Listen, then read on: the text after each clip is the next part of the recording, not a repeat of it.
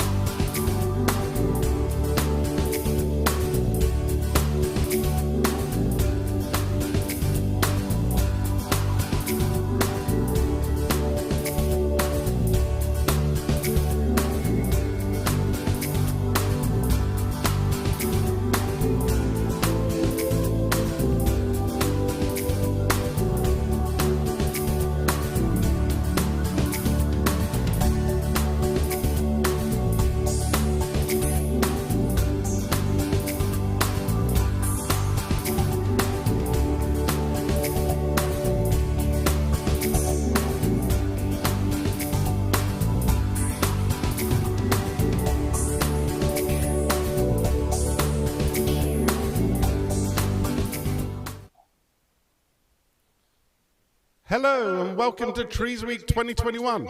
My name is JP Saunders and I'll be your host for the week. We are so excited to bring so many of you together today to join us for our first Treez Week user conference. This year's conference is streaming live over YouTube and Facebook from Neo Production Studios in the heart of San Jose. During these challenging and changing times, we have tried to pull together an exciting and engaging virtual event for the cannabis community. We hope to see you all again soon in person. Over the course of the next few days, we'll be streaming content that touches on the past, present, and future of the cannabis industry from leading professionals. We'll also be hearing from our Brain Trust product team at Treez, who will be showcasing some of our core product investments over the past few years. And we will round out the week with an award-winning celebration of our customers. It is an honor to have some of California's most reputable brands and retailers to be able to join us live today to kick us off, as well as be promoting Mission Green, a well-done project that is dedicated to funding social change and financial aid for the cannabis-related offenses. To learn more about Weldon and get involved in helping their cause, all you have to do today is register for this event. While we're broadcasting for free to everybody that registers for this event, we will donate $10 to Mission Green and provide you with access to a plush Treez face mask. You will have your chance to register throughout the week. So if you can't do that now, please write down the domain bit.ly/TZW21 2021 and register as soon as you can. That's TZW 2021.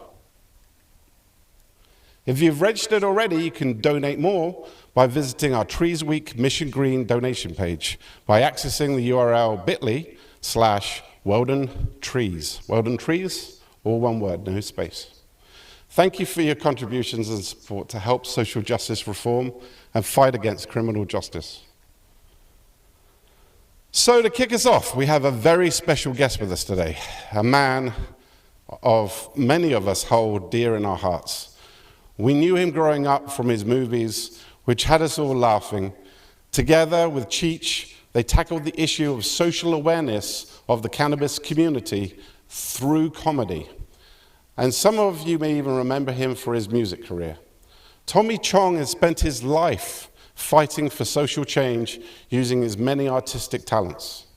Today, we are honored to have him join us for a fireside chat with our own CRO, Josh Glantz.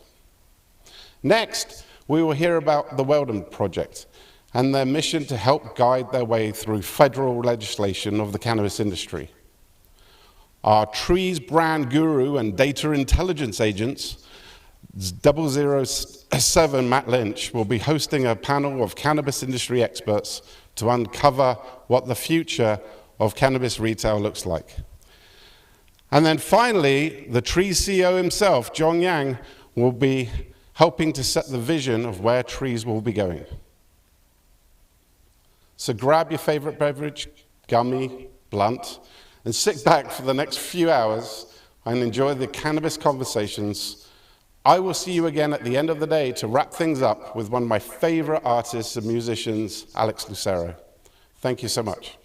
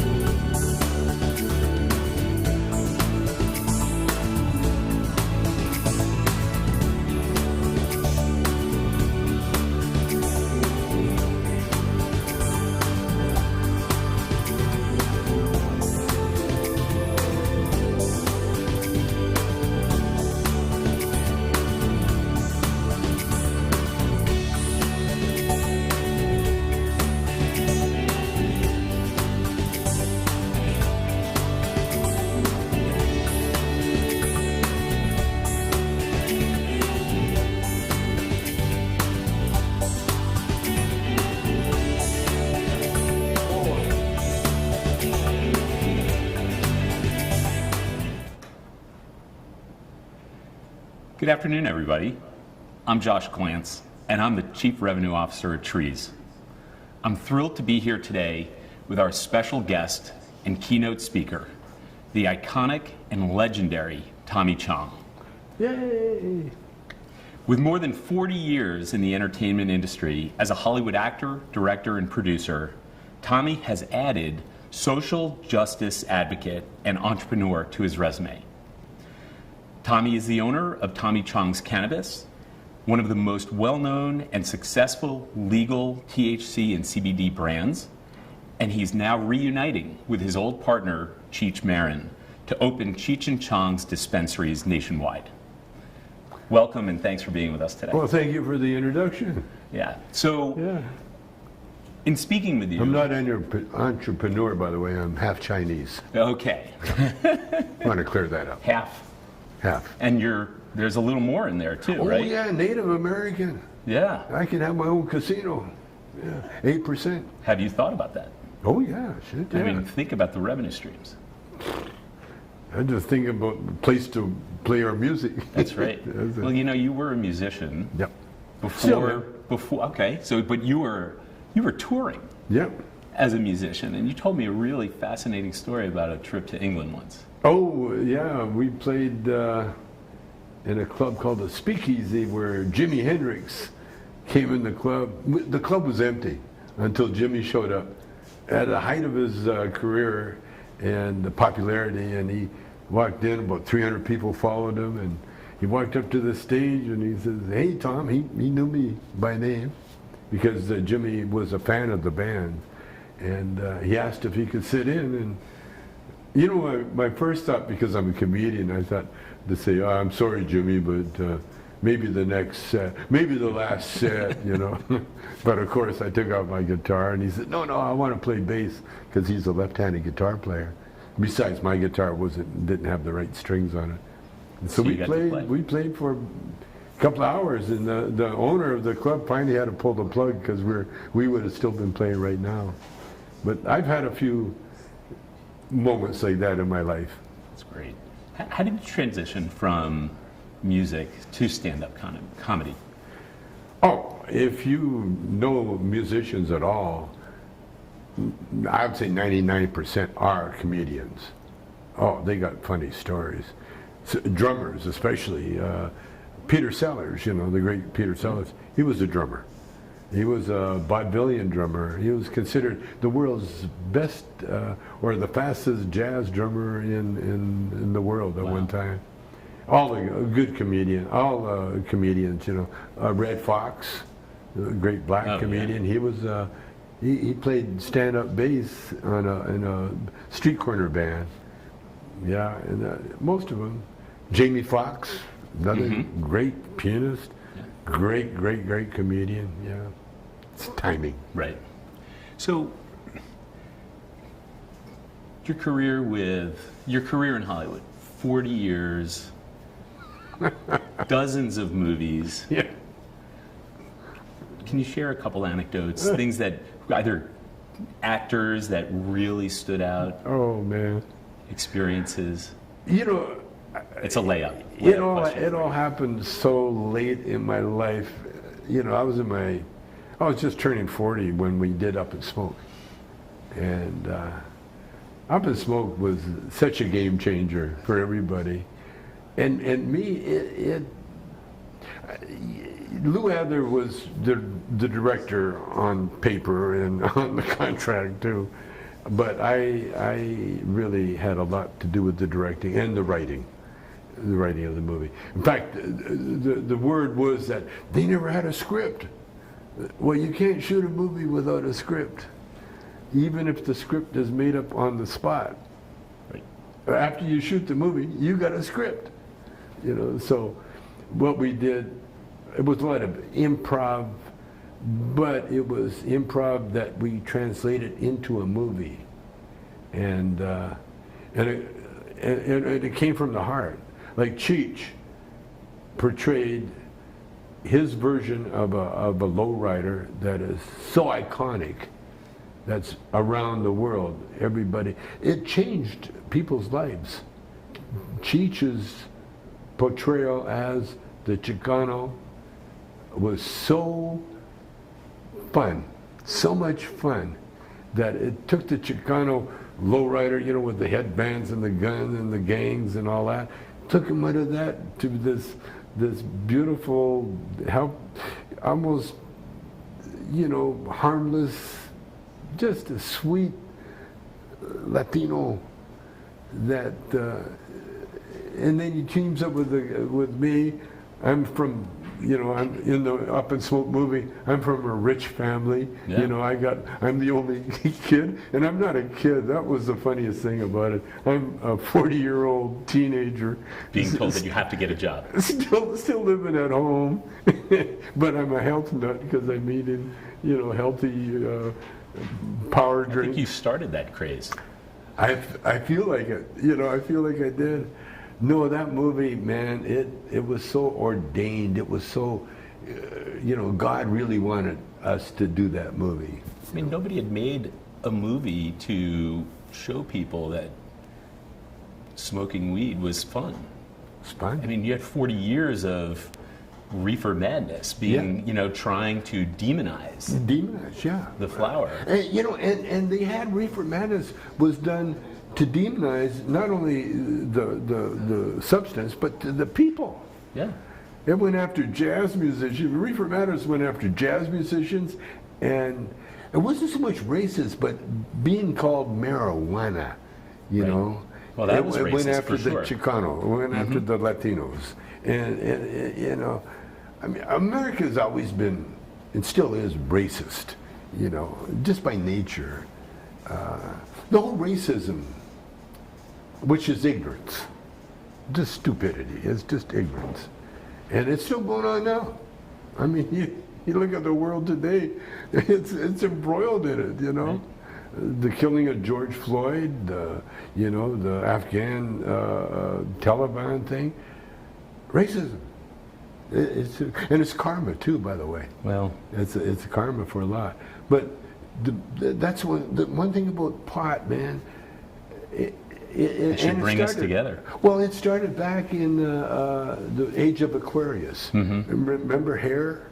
Yeah. And it was pot. They credit pot with stopping the Vietnam War, because everybody, including the activists at home that were against the war, smoking pot. That was their thing. Because what pot really does to you, it kind of, a lot of people think it fogs the mind, but it clears the mind. Right. It clears the mind. Then you understand a lot of things. That's why you get the munchies when you get pot. Because your body says, well, I'm hungry. And it's not necessarily for food. It's that pot just, all of a sudden, everything becomes awake. You know, your mind, your creativity, your athletic ability. You know, that girl that got kicked off the Olympics because she smoked pot.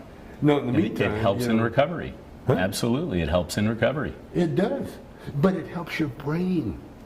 That's why Kareem Abdul-Jabbar, you know, the great basketball player, he played 7 years past his prime because he was using pot for his migraine headaches. You know, and as a result, he could think and play and move and, you know, build it. I'm 83, man. I'm still, Sharp as a tack. I'm young enough. I got a gorgeous young wife. I can't afford to get old, man. You're the perfect example of why the disparaging things that people say about pot are not true. Yeah, and a lot of it is racism, and a lot of it's just pure ignorance. Well, they say that smoking dulls the mind. You're sharp, right? Well, it does make you forget, and that's a good thing. Hopefully, just the bad stuff. Well, the reason a lot of people are miserable is because they're living in the past, or they're so afraid of the future. Like lately, you know, we were out with dinner with some friends of ours, and they started going on this rant about, you know, Afghanistan, you know, all these people, and this is going to happen, and Biden should have done, and all that bullshit, man. It's just, ugh. Forget it, you know. Smoke a little. All that stuff is going on in the world. That's what this world is about. Right. We live in a physical world, you know. You look around, everywhere, there's violence everywhere. And I'm not just talking people on people. I'm talking about, you look in the sky, if you see stars twinkle, twinkle, little star, that's violence. That star is exploding, what do they call it? Like the equivalent of hydrogen bombs, 1,000 going off every second. Yeah. That's violence. Yeah. That's violence. But violence creates, because we're in a physical world, violence creates energy, you see. And that's entropy. That's what we have in this physical world. We have this energy. So you're moving from the philosophical to the metaphysical a little bit here. Have you always been a spiritual person, or has the plant helped unlock that spirituality that you talk about? Well, definitely the plant unlocked it. The plant, yeah, we'll blame the plant. Well, thank you. For sure. I was given, I got high first time when I was 17 years old.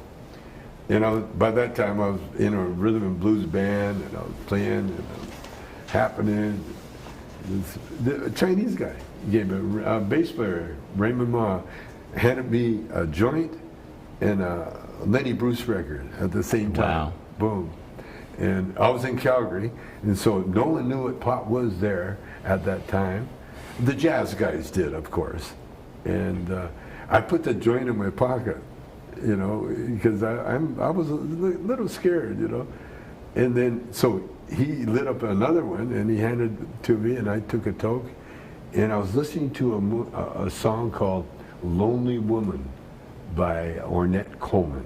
Wow. And we're talking, by the way, 66 years ago. You remember the song, you remember the writer, the guy that performer, gave it to me? the guy who gave it to you? yeah, because it was a life changer. Yeah. It changed my life.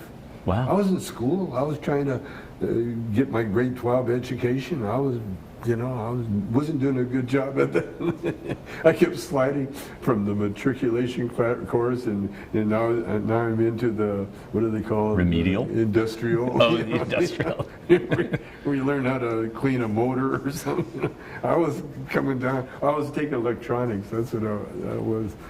And I was terrible in school, but I was having fun playing the guitar. And so after I got high on pot, I quit school, and you know, I wanted to go to the University of the Street, and that's what I did. That's what I did. Wow. Yeah. So, one more movie question for you. Sure.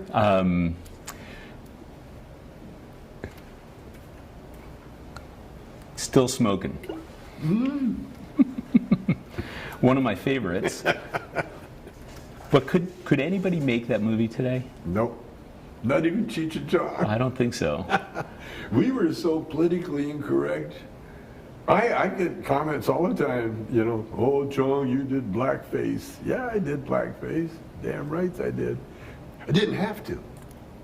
It was my choice. Right. Because the character I played, Blind Melon Chidlin, wasn't black. He could have been Chinese. He could have been... But you were going to make fun of somebody. But it wasn't making fun. No. It wasn't making fun. The reason I did it in blackface was it was to honor. Because the black old blues musicians, they were my gods. These are people that I'm like the Beatles, like the Stones, and like all the white English groups. Revered these guys. You know, T-Bone Walker, you know, Guitar Shorty, all these great blues guys. They were the ones that gave us our material that we could take to our crowd and become, you know, become the Beatles. Right. You know, if it wasn't for the black blues musicians, there wouldn't be no Beatles. There wouldn't be no Rolling Stones. There wouldn't be no Tommy Chong. You know. In fact, the character I got from because Blind Melon Chidlin came off Well, we started, that character started with the committee. This improv group from San Francisco. They did a very, the bit was very simple. The blind blues guy would come out and sit in a chair. And the guy that was introducing him would take so long introducing him that the blind blues singer would fall asleep. And then when they finally introduced him, he'd get up and he'd go, he forget he had a harmonica, and then he'd get a standing ovation because he had something. He made a noise. It was pure humor, and I took it, and oh, I love that character. I still do. I can't do him anymore. No. You know, At home. But he was so much fun, and still smoking. We did Queer Wars. Right. Remember Queer Wars? Oh, yeah. We got gay space guys. That was when Star Wars were out. And we were going, come. What's the matter? It's jammed. I can't come. Well, come. It was remarkable. Did you expect to be such a to be pushing the margins when you made your first movie? Did you think that's where you eventually wanted to go, or was it really an evolution to get there? You know, when you improv, the last thing you do is jump ahead. Correct. Right. You know, and so no, we had all we wanted to do was make ourselves laugh. That's how Cheech and I did. That's how we did our records. We didn't need an audience. If it made us laugh, and then we'd make it funnier because they laughed funny. All the records we did. The first record we did, I got to tell you this story. The first record, the reason we got into being who we are and who I am now, we were struggling with live performances. We were like the steady comedy group for no money at the Troubadour. It was Hootenanny night, and we managed to get on the bill. What you had to do, you had to be at the box office when it opened, and so in order to, and if you were first in line, you got to go on sixth, which was the ideal time to go on. And so Cheech and I would get up in the morning and go stand in front of the Troubadour from 9 o'clock in the morning to 6 at night, waiting for the box office to open. And when the box office opened, we were there, first ones there, and then we would sign up, and then they would allow us to go on the sixth spot. But because it was a folk singing, it was a hootenanny, we were the only comedians. And so people loved us so much, because you got a couple hours of guys singing folk songs, and then you get two guys up there making them laugh, especially Cheech and Chong, because you know Cheech is doing Chicano humor in L.A. Oh, we became huge, and so Lou Adler finally saw us one night and asked us to come and see him, and so we went into his office, and he says, "So what do you guys want to do?" And I knew about comedy records, and so I looked around. I said, we want to do a comedy record. And so Lou said, "Oh, great, okay. What do you need?" And I said, $1,000. And then Cheech butted in. He says, $2,000, $1,000 each. And so, okay. So he wrote us a check. Oh, I said, and do you need anything else? I said, yeah, I need a little tape recorder. Because Cheech and I couldn't afford a tape recorder. Wow. We couldn't afford anything. I had a little Honda 90 that we drove around from gigs because we couldn't afford a car. And so he gave us this little tape recorder. And so the next day we went out in the backyard of A&M Records, and there was a studio there where Charlie Chaplin would shoot his movies, and it was and they turned it into a recording studio, or a mix-down room. And so we went into the mix-down room, and I had the little tape recorder set up, and Cheech got all of his costumes. We're going to do a bit about a dealer, drug dealer. And so Cheech goes outside, And now the bit was that he knocks on the door, I open the door, you let him in, and we do the bit. Well, Cheech gets outside, and I'm working with a tape recorder. Now I'm not, really good at mechanical stuff. Computers that then were just tape recorders. And so Cheech is outside, and I'm watching the tape recorder, so I hit record, and then Cheech knocks on the door. Well, when he knocked, I got distracted. I looked up at the door, and then looked back at the tape recorder, and the needle wasn't moving. And so instead of letting him in, I said, "Who is it?" And he wasn't expecting that. And so he goes, "It's me, man. Come on, open up." And so then I waited again, and he knocked again. I saw the needle move. Well, then when I saw the needle move, I could hear the Cheech being annoyed. And so I kept him outside as long as I could, man. He'd knock, I'd say, "Who is it?" And he'd say, it's me, man, come on. And he never broke character. He stayed in character. He goes, "It's me, man, I got the stuff, come on. I think the cops saw me." And it's perfect. It's perfect. And so I'm sitting there waiting for him to knock again. He knocks again. And who is it? I crack up because every time I think about it, man, it just makes me laugh so much. Now he's desperate. He goes, "It's me, Dave, man." Dave was my first partner in Vancouver, and it just popped in his head. But Cheech, he's not breaking character. He goes, "It's me, Dave." And I said, "Dave?" He said, yeah, Dave. You can hear, yeah, And I think he said then, he said, "Come on, man, it's hot out here, man. Let me." I said, "Dave?" And he said, "Yeah, Dave." Then I said, "Dave's not here." And that was your first hit? He blew it. He goes, "I'm Dave, man." He's banging on the door. Well, we never saved that record. It was so funny. And so then Lou Adler, we played it for everybody. I think we spent the rest of the day, I know we spent a good hour listening to that over and over and over again. It was so funny. And then Lou Adler heard it, and then he set up a whole studio thing, and we went in and we recorded what was on the album, and then he put it on the radio stations right across America. He got it out there and put it on every radio station. It was the biggest hit ever. It just, people from all over America, they could, who are these guys? Yeah.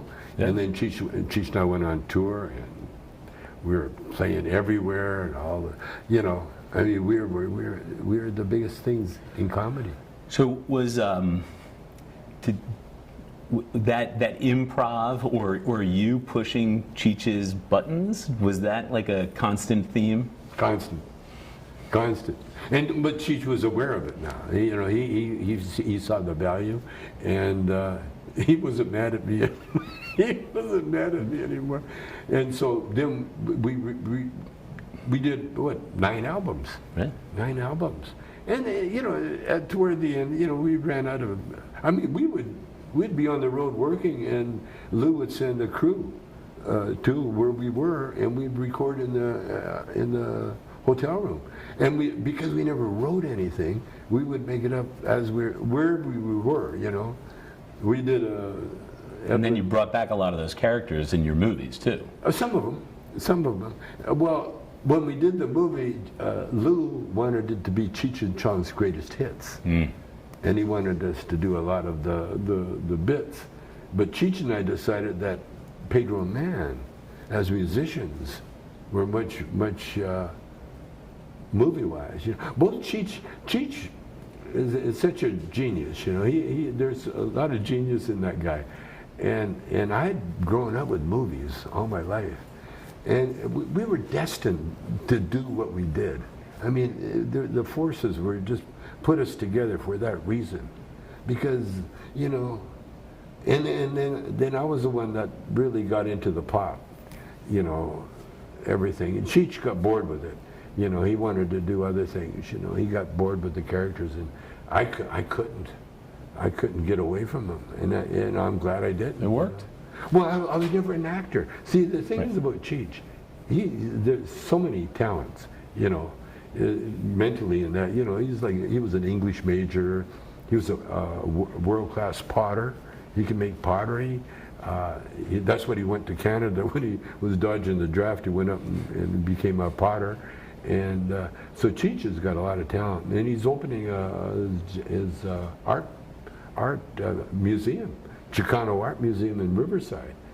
So he's up there in the art world, and he's very sophisticated and very good. Miles away from that Cheech character that he played in the movies. Well, me, on the other hand, I love my my stoner character. Question about that, though.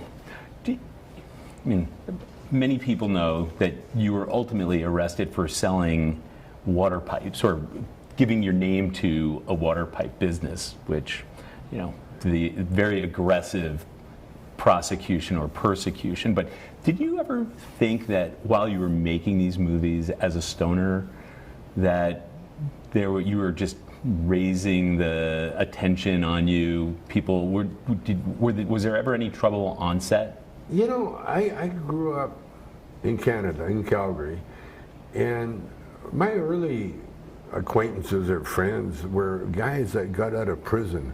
See, we had a little wartime house, and my mother would rent out a room for extra income to the students at the college that wasn't too far away. Well, as a teenager, I ran into guys like a biker that just got out of jail, for instance. And he was the equivalent of a Hell's Angel. It was before Hell's Angels. And this biker was like a white supremacy biker, and he got covered with tattoos. In fact, he gave me this tattoo here when I was 15. Wow. That's when I met him. Okay. And he came and lived at my house.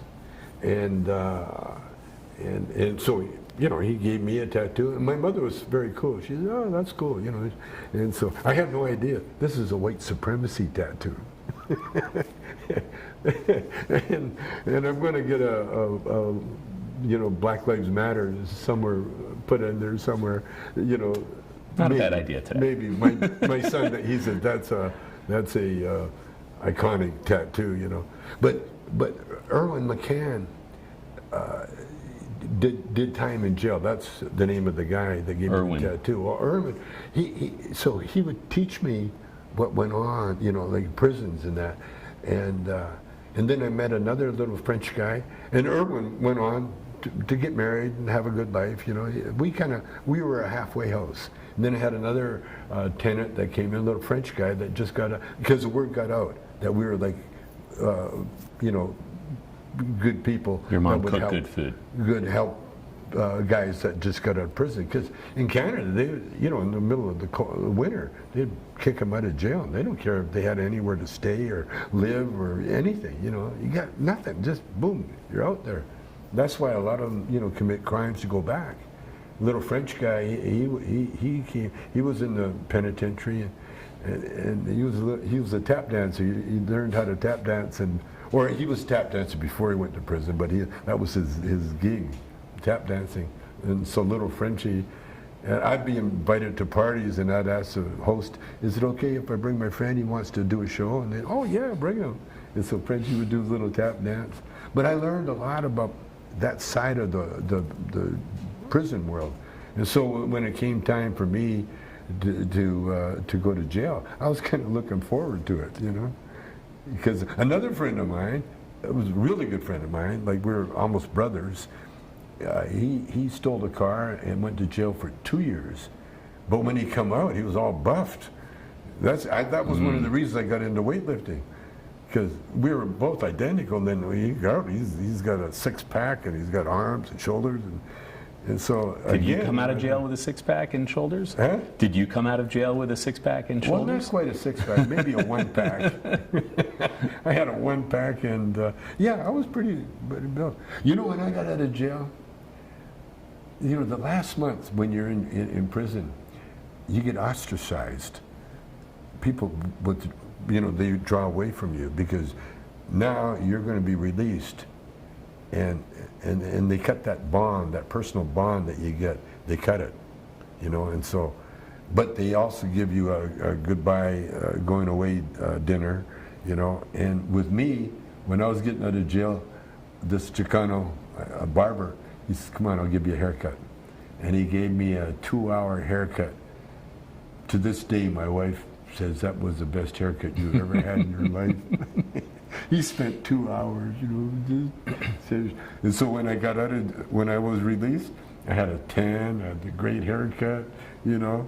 I was in good shape, you know.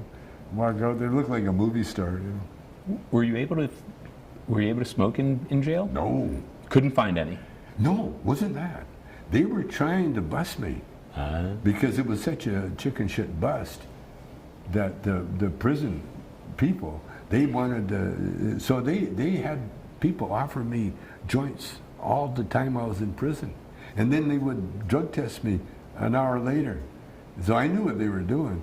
And I had a dog. You know what a dog is in prison? It's your best friend. Yeah. It's my dog, who you hang with. And I met my dog because I was studying tango when I was out.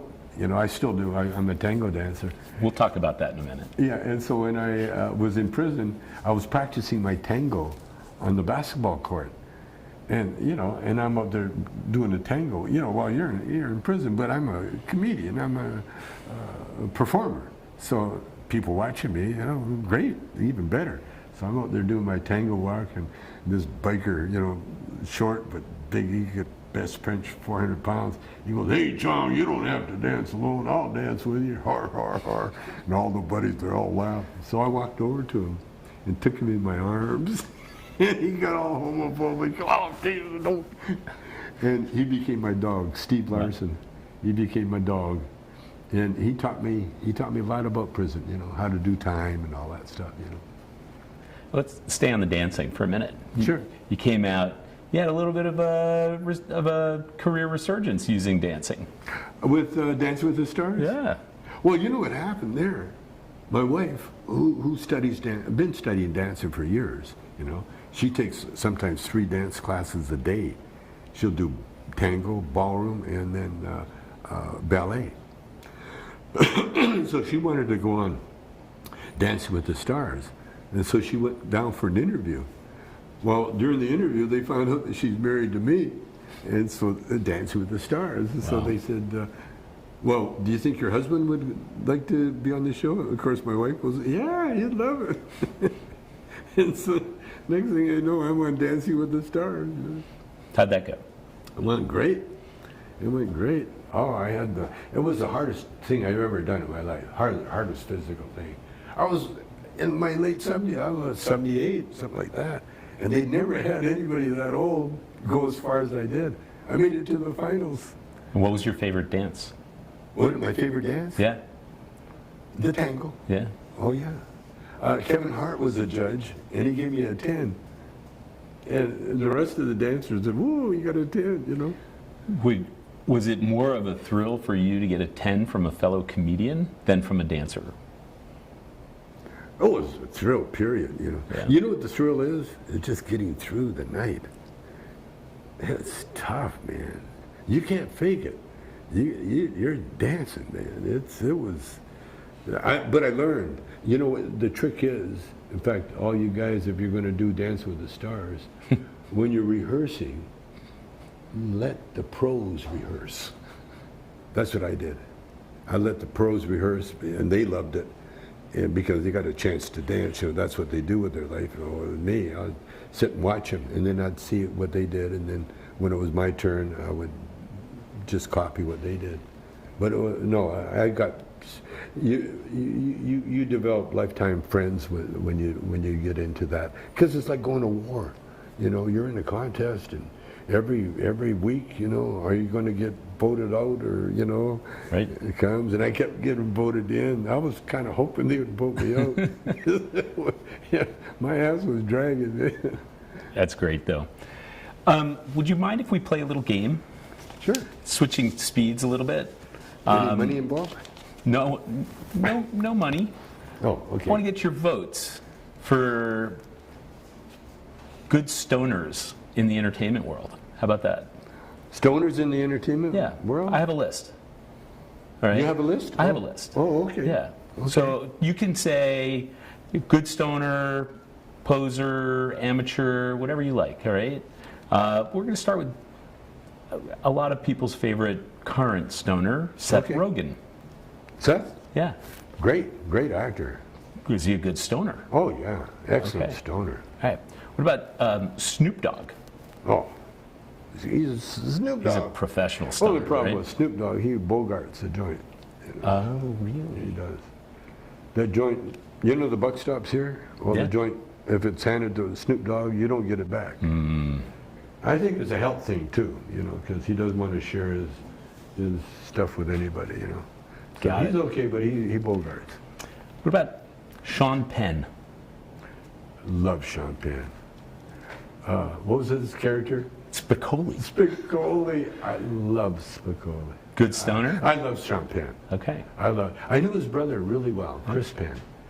Chris died, but I was really close because Chris had a thing with a girl that was my nanny, and so I knew Chris. And oh God, but Sean, what an actor! Oh, in fact, I want to talk to Sean later, sometime.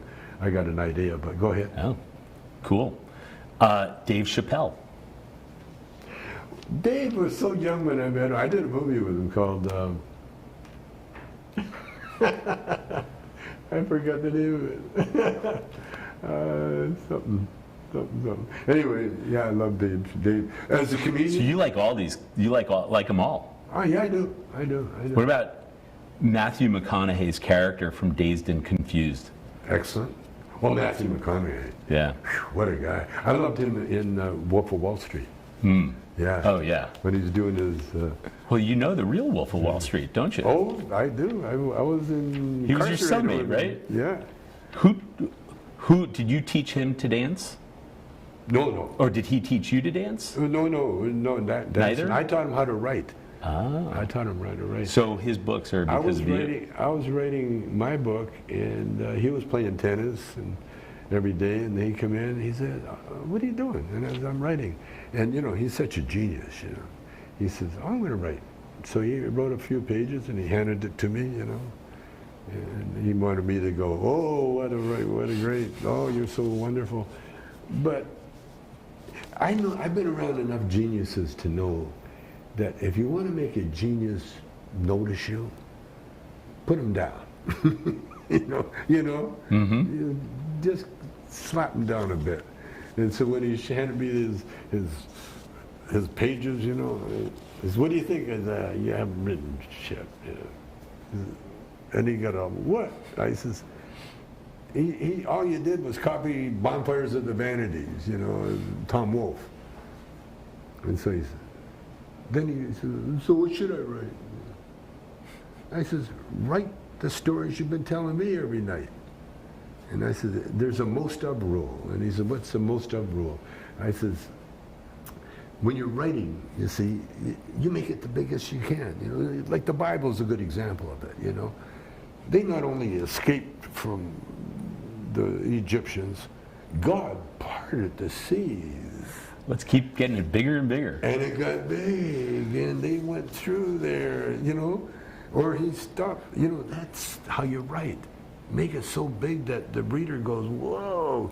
You grab him, and so he did, and there you go. And he got the Wolf of Wall Street. Yeah. Last stoner vote, all right? Bill Clinton or Barack Obama? Oh, Obama. Yeah. I met Bill. I mean, Bill said he didn't inhale anyway, so. No, I met Bill. Do you believe it? Yeah, I met Bill. I took a picture with him, but the picture disappeared. We couldn't get it. It was It's the FBI. It was it was a fundraiser. I think it was the Democrats. They didn't want him associated with. That makes sense. His handler. Yeah, that makes sense. Yeah. And Barack Obama, I haven't met him yet, but Cheech met him, and he's a stoner. I mean, come on, he's a black guy. Come on. Either way. That's how they used to teach. The gangsters used to teach you how do you smoke weed. First of all, you get a joint, take a hit, hold it down, and then you talk like a black guy. let's switch to your current initiatives. All right, you've got your brand.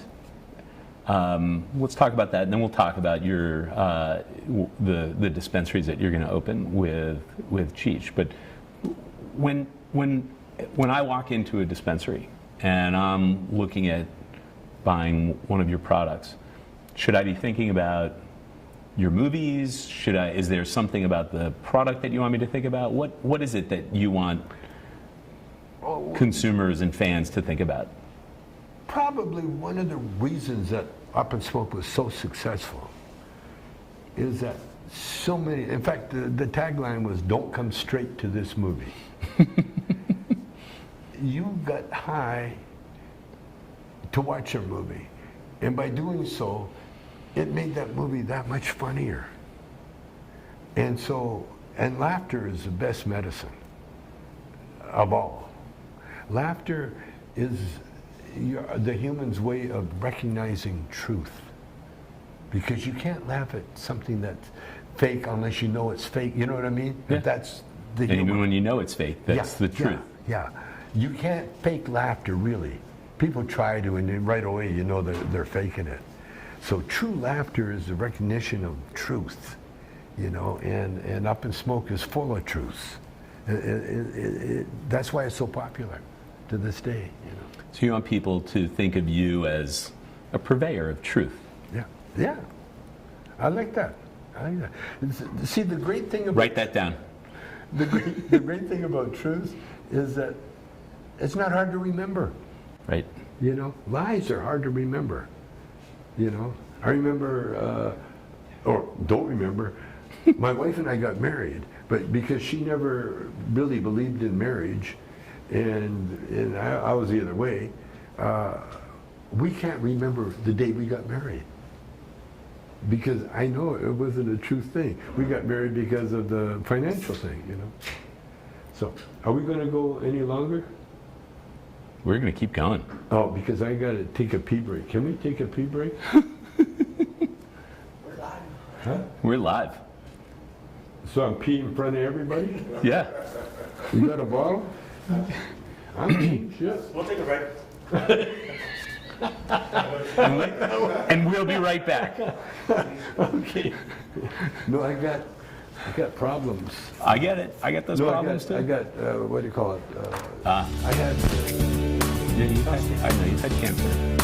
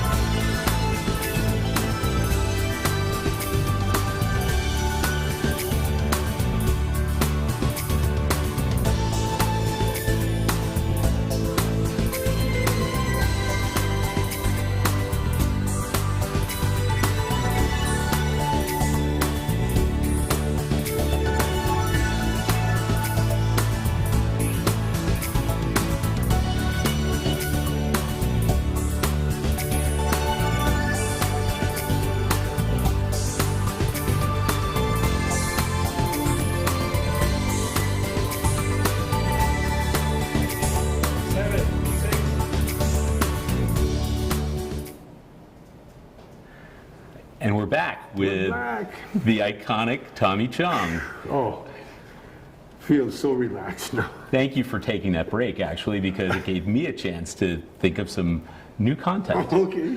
Okay. You're a cancer survivor. Mm-hmm. Did cannabis help you get through that? Yes. It did. Talk to us about that. Well, to begin with, I had a chance. When I got diagnosed with prostate cancer, word went out, and in fact, I was on Don Lemon, and I announced to the world on Don Lemon that I had prostate cancer, and that was the last time I was on Don Lemon. Oh my gosh! But anyway, I got prostate cancer, and it was like, I kind of freaked out, man. I got it when I was in jail, and I think I got it because I was off pot for 3 years. Because a year before I went to jail, I was on pre-trial probation, and I passed every drug test. The year I was in jail, 9 months, but might as well say a year, I never touched it. And then a year after I got out, I was on probation and I couldn't touch pot. So I was off pot for 3 years. And so I feel that was that contributed to me getting prostate cancer. So when I got it right away, a lot of the pot people wanted me to, just don't worry about real medicine, like the anti-vaxxers, like, oh, you don't need that, the doctors don't know what they're talking about, just do marijuana, get Risk-Simpson oil and you'll cure it. No, my son Paris said, no, you're going to go to the right doctor. And I went to the doctor, and I got, Regular drugs. No, what happened, I found out I had, they did a biopsy. That's what happened. And be careful about biopsies, because as soon as I did the biopsy, I got rectal cancer. And it was brought on by Dancing with the Stars, all that energy and everything else. So now I got rectal cancer, and you can't mess around with that. Right. And so I went in, I found the best doctor, went in, and got the plumbing changed from the back to the front. I got a colostomy bag now, and now I'm okay. But what pot did was put me in, first of all, the right state of mind to get it cured. You have to, this has to be together, You have to think power clearly. of positive thinking. Yeah, and so I got the operation, but they put me on a shitload of opioids, which I wanted to go on, by the way. I'd never done heroin, I'd never done any of the, Oxycontin, like that. And I was, I'm a stoner, I wanted to try it out. And, let me tell you, it was fun. I had a button, in the hospital, I had a button, I hit that button, and I was hitting that button like a drummer. And I was a happy camper, man. I was like doing my show. It's supposed to be healing, and the doctors would come in, and then I'd show them the prostate, the proctologist handshake, which is the elbow. and I was making jokes about my colostomy bag, I named it the Donald, after Donald Trump. It was full of hot air and bullshit. I'm glad we've stayed completely apolitical today. But what I realized, what it really did, the reason it got me off opioids is that I got on CBD. I was injecting CBD right into my butt, and that's what. See, so CBD and cannabis or THC will lessen the inflammation. Right. Inflammation is what your body sends to the affected area. You get a bruise or anything, right away your body gets filled with this blood. You see, well, and that comes from being afraid, the fight or flight thing. Your body shuts down. So your immune system gets shut down during these traumatic areas. And so what you want to do is you want to relax, you want to forget. And so pot makes you forget that you're sick, basically. Right. And so your body gets to relax, and when your body relaxes, the immune system kicks in. And it kicks in so much, because a strong immune system, that's what you need. Right. And that, for me, that's what healed, and everything healed.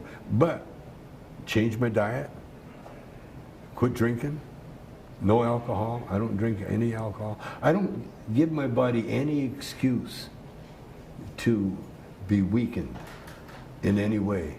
I still work out. Not as much as I did, because I'm getting older. You're 83. But I still do the rubber bands, but more than anything, the mind is just so full of joy, so full of love. That's great. Because that, one of the most powerful force on earth is love. It's love. That's what it is. That's the sprinter that wants to make it because he's trained so hard and he just loves what he's doing. So much so that when he breezes by everybody, oh, it's such a good feeling, That's love. That's love.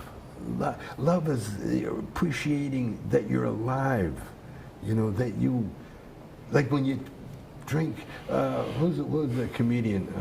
George Burns and Jack Benny. Who was it? I guess it was I think it was Jack Benny. No matter what he touched, it was the best thing. He'd get a drink of water. He said, "Where'd you get this water? This is the best water I've ever tasted." And that's really the key to life. Because I found out in my spiritual journey is that, the spiritual world it's the opposite of the physical world. The physical world, because it's physical, is vast. In fact, it's endless. The Hubble can take us only so far. But if you had a Hubble there, it would be further. And this is yet just one of trillions universes, countless universes, this size. Well, the opposite, everything is opposite. For every action, there's a reaction. Well, the opposite is the spiritual world. It's so tiny, and it's just filled with love. There's nothing but love in the spiritual world. So when you go to heaven, heaven is just filled with love. And when you have love, that's all you need. There's nothing else. I think somebody famous said that. Yeah. All you need is love. I would love to just end there because that is such a special message. And I've been smiling for the last hour because this has been so enjoyable. But I do want to give you a chance to just tell us a little bit about your Cheech and Chong stores that you're looking to open. Well, years ago when we got together, Cheech says, one day, years from now, he said, they'll say, that Cheech and Chong, they were real guys. They made a movie. They did records. Records? What are records? But, who we are and what we are, if we can capsulize them into a physical store where people can come and get the substance that made Cheech and Chong, that cures the cancer. Not cure. I won't say cure cancer, but help you with your physical problems. When you come to a store where the product, every product in that store is the highest grade and the best grade, and that the funds from that you put into that store goes back into the community, then we've done our job. We've done our job, and that's what we want. Because the stores that we're going to promote, we're very close to opening the first one in San Francisco. Later this year. And, by the way, I've hooked up with some really good legal people, and I am going to start a class action suit against the government to, number one, I want to go before the judge and change my plea. No, I don't want to be pardoned. I want to be, I want to change my plea to what it should have been, which is not guilty. Mm-hmm. And then I also want the government to give me back the funds that they took from me illegally. Right. They took me. And then I also want the government to reschedule the drug. In fact, don't schedule it at all. Just say what it is, that it is a medicine, And it's not only in medicine, but it has so many uses that you can't document them all. You know, it helps MS, it helps depression, it helps mental illness, it helps all these ailments, physical ailments, mental ailments, spiritual ailments. It's the miracle drug, and it's a gift from God. God gave us this one. And I'll tell you, you know, the burning bush, remember Moses talked to the burning bush? Yep. The burning bush said, "Hey, Mo, come here, boy. This bud's for Jews." Well, with that, thank you so much for sharing your time with us and with all of our viewers today. And please, everybody, enjoy the rest of Treez Week. And we look forward to sharing additional information with you for the next couple of days. Thank you very much.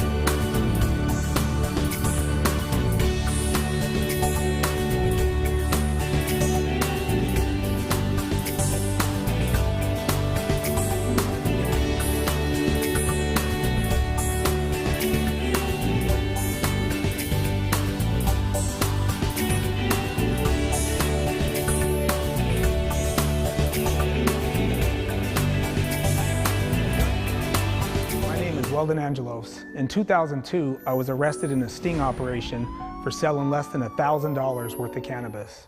I was forced to trial and I lost. Due to the mandatory minimum sentencing laws, I was sentenced to a 55-year prison term. I lost my career as a music producer. I lost my family. I lost the chance to raise my 2 sons for selling less cannabis than the current personal use limit in California. When I began serving my time, I never thought I would end up walking out those doors 13 years later. When I walked out those prison doors, I knew that I wanted to dedicate my life to helping those in situations like myself who did not have the luck that I did. This is my mission green. Through our specialized programming and initiatives, we aim to create change by providing relief to those who are still serving sentences for cannabis offenses, creating reentry programs for those who are integrating back into society after serving these sentences, assisting those who do not have access to legal counsel, and by working with policymakers on the local, state, and federal level to change the system at its core to prevent what happened to me from happening to others. This is an issue that affects all American families. This is Mission Green. Please join the movement. Go to missiongreen.org to learn how to get involved. Go to theweldonproject.org to learn how to get involved. Thank you. Hi, my name is Weldon Angelos, and it's time to end the racially biased enforcement of marijuana laws. Despite equal usage rate, black people are 6 times more likely to be arrested for marijuana than white people, and more likely to receive a longer prison sentence. For instance, Parker Coleman is serving 60 years in federal prison for a nonviolent marijuana offense. Terrell Davis, also known as the rapper Rollo, is currently serving a 9-year sentence for a marijuana offense, while the legal cannabis industry just produced their first billionaire. This hypocrisy needs to end. With the stroke of his pen, President Biden can fix this problem by granting a general pardon for those incarcerated for marijuana offenses. Please join Russ and the Weldon Project in urging President Biden to issue a proclamation to put an end to this hypocrisy. Go to theweldonproject.org and learn how to get involved.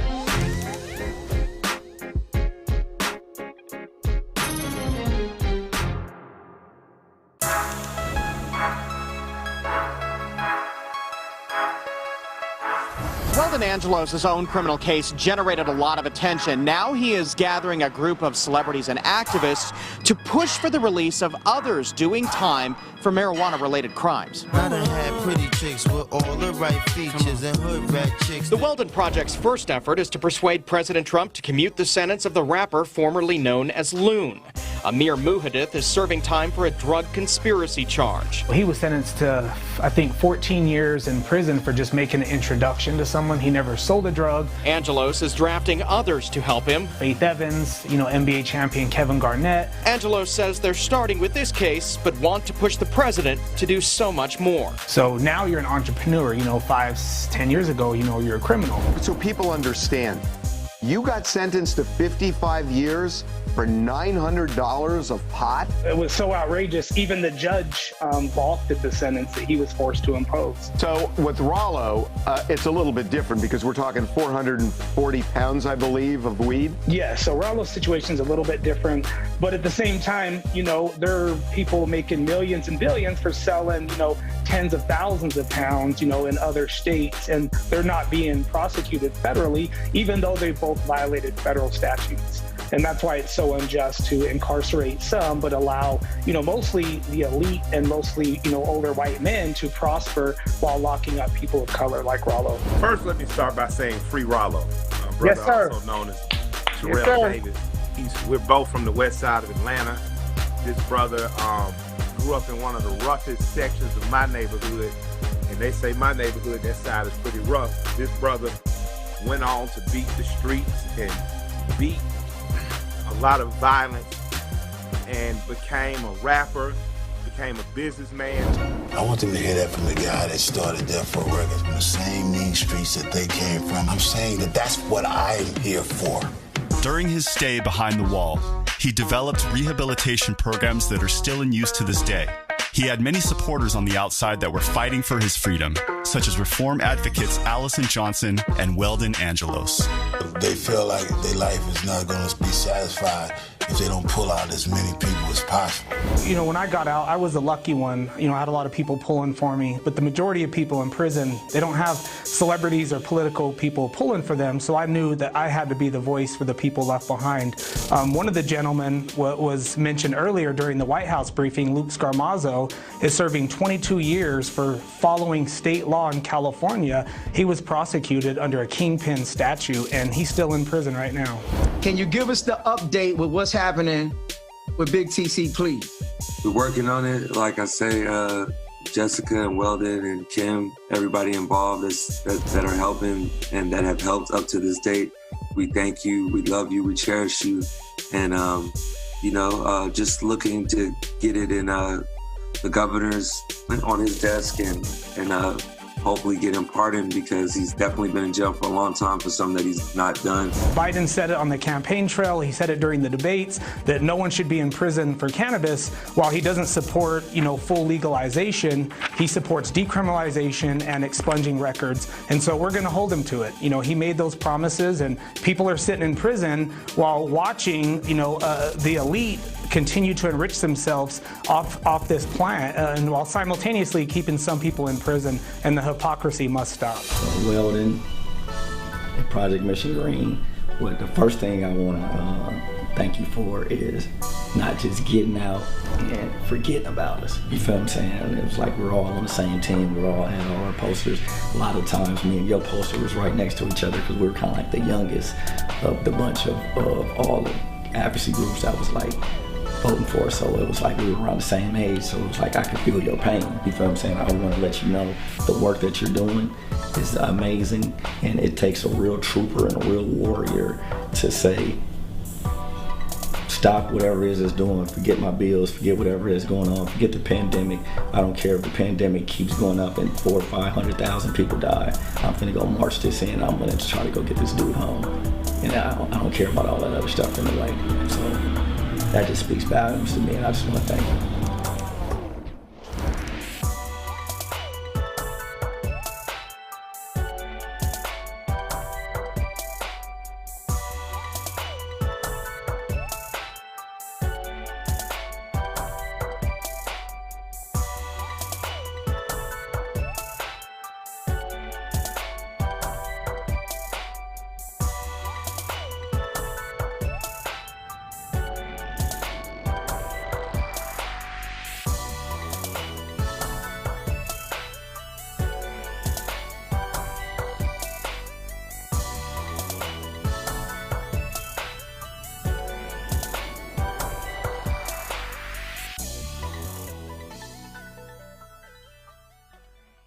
My name's Weldon Angelos from the Weldon Project and Project Mission Green. Welcome to Treez Week 2021. We would like to give a special thanks to Treez for giving us a platform to tell our story and to get our message out there in our important work. But first, let me rewind back to my story and how I got involved in cannabis reform. In the mid-90s, I had first came in contact with cannabis through listening to Dr. Dre's The Chronic and Snoop Dogg's Doggy Style. And so I experimented with cannabis for the first time. And it sort of, kicked in my creative side. And I started experimenting with music. Fast forward to 1995, I ended up working with some of the people I grew up listening to, like Snoop Dogg and Tupac Shakur's recording group. And, a few years later, I ended up founding my own record label. So my dreams were coming true. And cannabis was sort of, our, creative, was a part of the culture. And so to me, it wasn't a big deal to use cannabis and have cannabis around. But in 2002, the small amounts of cannabis would actually radically alter my fate. I had just signed a major record deal, and I was set up for a control buy with a confidential informant, where he came and purchased $300 worth of cannabis from me on 3 occasions, totaling $900. This was an individual I grew up with, and I wasn't selling this cannabis to make profit. It was just part of the culture. Me and Snoop Dogg had just made a video called A Little More Dope to Smoke. And so, cannabis was just all over. It was part of the culture. And this individual purchased a few mounts from me. And 6 months later, I get raided and I get arrested. and I learned that my charges went federal. And I was very shocked to find out that I was facing a lot of prison time for a first-time nonviolent offense. There was mandatory minimums involved, so I was facing, based on the charges that the federal prosecutors came up with, which was 20 charges out of these 3 marijuana cells. I was facing 105 years of mandatory imprisonment for a first-time nonviolent cannabis charge. And my whole world was turned upside down. I had never been to prison before, never been to jail. And so this was the first time for me. And it was something that I just could not believe could even be possible in America. Unfortunately, it is all too real. And not just for myself, but thousands of others who have been in similar situations. So I went to trial knowing that I could be sent away for 105 years for my first time offense and never been in trouble in my life. And I went to trial and I lost on most charges. Fortunately, I had a compassionate judge who looked at this like, this is ridiculous. So after trial, I was facing a mandatory 55-year sentence, a sentence that was so extreme that my judge did something that no judge in history had ever done. As he was sentencing me, and his hands were tied because of the mandatory minimums, he had no choice but to impose the punishment. But he did something courageous. He called on the president who appointed him to intervene and commute my sentence. He also called on Congress to change the laws that forced him to impose a 55-year sentence on a nonviolent marijuana offender. But unfortunately, his cries for justice went unanswered. The president, who was President Bush, didn't commute my sentence, and Congress didn't change the laws. So off to prison I went. And I was sent to a maximum security prison in Southern California for literally less than $1,000 of marijuana. I got to prison and it looked like everything I'd seen in the movies. It was the worst place to be. And it was a nightmare. You know, my family suffered. You know, my kids had, no father to support them. My father ended up passing away during my stay at the prison. And unfortunately, it took 13 years before somebody would listen to our plea. But during that time in prison, I buried myself in the law books because I wanted to understand how our system could allow something this unjust to happen for something so minor, and especially for cannabis, which is less harmful than alcohol and cigarettes and provides, a medicinal value to a lot of people. And so I became a jailhouse lawyer and I figured out how to get myself out of prison. But fortunately, I had people fighting for me as well. Other people, in addition to my judge, who ultimately walked away from the bench in protest of the 55-year sentence he was forced to impose on a first-time nonviolent drug offender, when the same day he sentenced a murderer to a maximum of 17 years, a child rapist to a maximum of 10.5 years, but to a nonviolent low-level drug offender, he had to give 55 years. So for him, it didn't make sense for him to stay on the bench and continue to be a part of a system that's unjust. So he left the bench and became my advocate.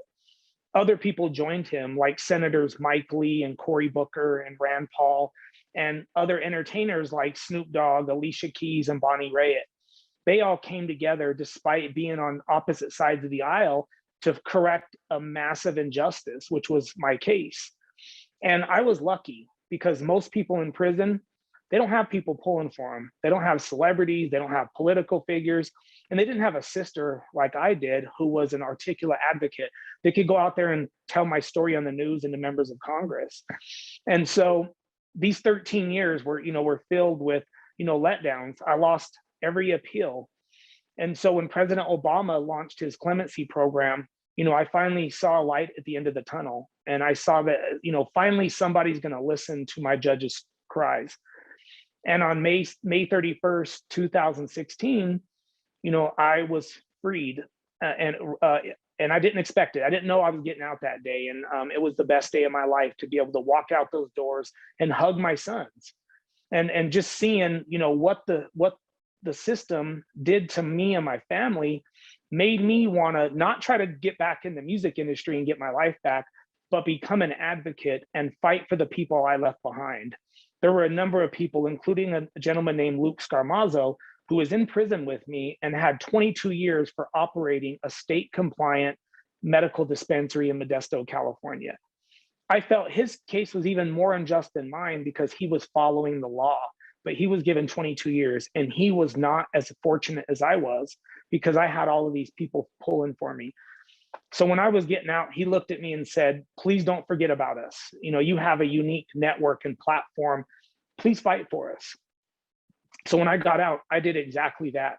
I hit the ground running and started fighting to get clemency for Luke and his co-defendant, Ricardo Montes, who are both serving the 22-year sentence. On President Obama's last day in office, he commuted the sentence of Ricardo Montes, but they denied the pardon application of Luke Scarmazzo. Unfortunately, there wasn't a reason given for why. So when President Obama left office and President Trump was sworn in, we thought that there would be no criminal justice reform for the next 4 years. To our surprise, we were contacted, less than a year later and asked to come participate in the Prison Reform Summit. At that summit, we came up with the idea of a legislation called the First Step Act. The First Step Act would reform 4 draconian drug mandatory minimums in the federal system and provide a number of other programs for individuals incarcerated to get out early. So we united this group of unlikely allies that fought to get me out of prison to fight to get the First Step Act passed. These were people far on the right, like Charles Koch and Senator Mike Lee, with people far on the left, like Bonnie Raitt, Alicia Keys, and Cory Booker. We all came together for a common cause and to get people out of prison. And on December 18th, 2018, we passed the First Step Act. It was the first comprehensive federal criminal justice reform since 1970. This law that we passed reformed the statute that allowed prosecutors to seek and secure a mandatory 55-year sentence for a nonviolent marijuana charge. And it reformed other statutes that, where people were serving life in prison. For instance, Corvain Cooper, who got life in prison for a nonviolent marijuana charge because he had two prior marijuana convictions. Those laws are changed. There's no one else is going to get 55 years like me, and other people like Corvain are not going to get life in prison. But unfortunately, these reforms were not retroactive. So after we passed this law, I founded the Weldon Project, and our first initiative was Project Mission Green. I wanted to use my White House contacts and my entertainment contacts to push for clemency for each and every one of the individuals in federal prison for a marijuana charge. We fought and secured a number of people who were serving lengthy sentences for nonviolent drug offenses. But on President Trump's last day, we fought and secured release of 12 individuals who were serving life in prison for nonviolent marijuana charge. Mission Green has also been working on legislation on the state level and on the federal level. For instance, after the First Step Act passed, we began working on state ballot initiatives in Utah and other states to pass medical marijuana. And we were successful in Utah, and we were able to pass, medical marijuana. But the fight continues. And when President Obama was sworn in office, or President Biden was sworn in office, January of 2021, his team reached out to our organization to help them come up with a clemency program that would apply to not just 12 people, not just individuals that have celebrity contacts, but everybody who's in prison for a nonviolent marijuana charge. No one should be in prison, for a marijuana charge. Cannabis is not a crime, and we need to fight for the people who are still in prison for marijuana. My organization worked to put together a clemency criteria for individuals who are serving federal prison time for marijuana. There are over 3,200 people serving decades-long sentences in the federal criminal justice system, while simultaneously, big marijuana companies are making millions for violating the same federal statute that landed these individuals in prison. And that's just unjust. The hypocrisy must end. And that's where Project Mission Green comes in. We pledge to use our political contacts as well as our contacts in the entertainment industry to put pressure on the Biden administration to let these people go and on Congress to pass reform. Now, with President Biden, with the stroke of his pen, he can let out every one of those people from prison, but that still would not fix the problem. We need to end this war through legislation with Congress, which is why in April, we launched the Cannabis Freedom Alliance, and we're uniting people on the right with people on the left to fight for this common goal of ending this drug war, particularly the war on marijuana.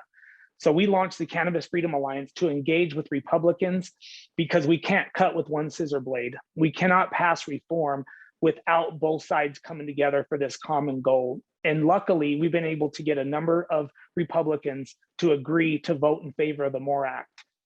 We need all the help we can get. We can't do this alone. There are a number of individuals out there who are still in prison.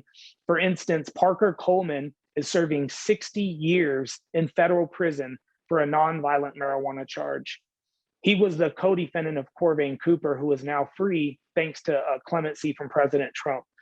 But there are so many other stories like Luke, like Parker Coleman, like Terrell Davis, who are facing years in prison for doing the same thing most of your companies and these companies are doing legally. We want them to be free and have an opportunity to become part of the industry, which is why we are also launching an initiative that actually gets these individuals who are serving prison time for cannabis to get back in the industry and be a part of this industry, and also, you know, move on and have meaningful lives.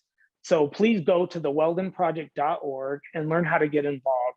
Donate, sign up to our newsletter. We need all the help we can get. Thank you. And thank you to Treez for giving us a platform to tell our story.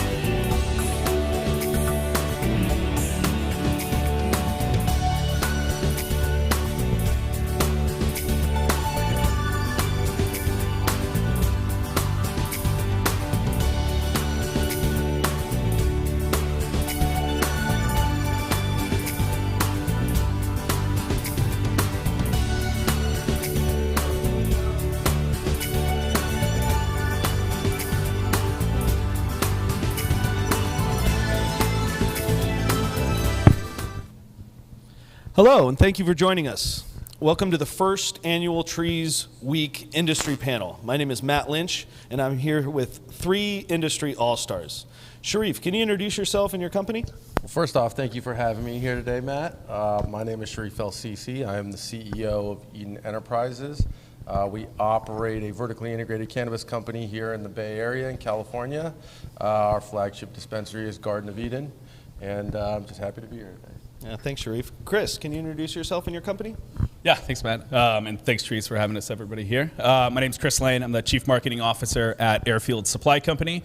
We're a vertically integrated dispensary and flower producer out of San Jose, California.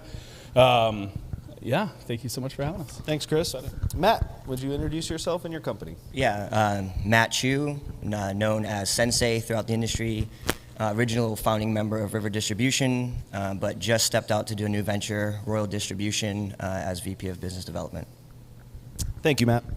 So my goal today is to inspire you, to ignite the passion that comes from cannabis. The industry is moving so fast, it's booming. So I want to share with you today some of their vision and where the industry is heading. So we'll start with you, Sharif.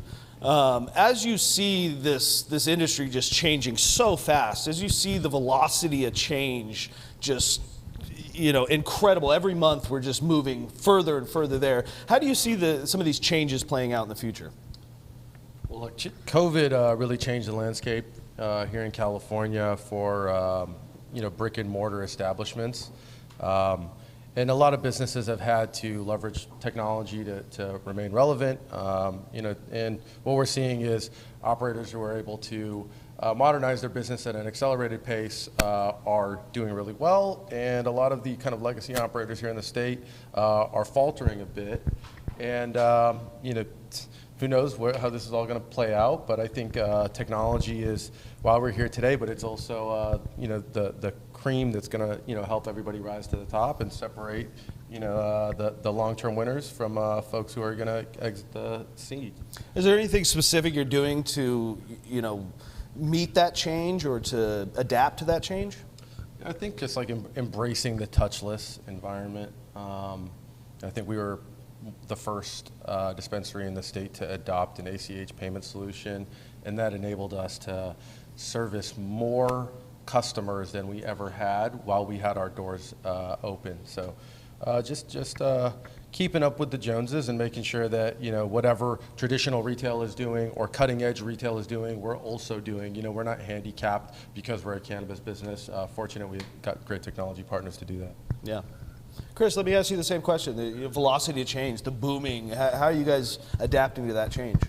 Yeah, I think absolutely to Sharif's point, one of the biggest things that we've seen over the course of the last 18 months is a modernization of the industry. And I think we will see people who understand that modernization is key and understand that it is table stakes now and not simply a competitive advantage.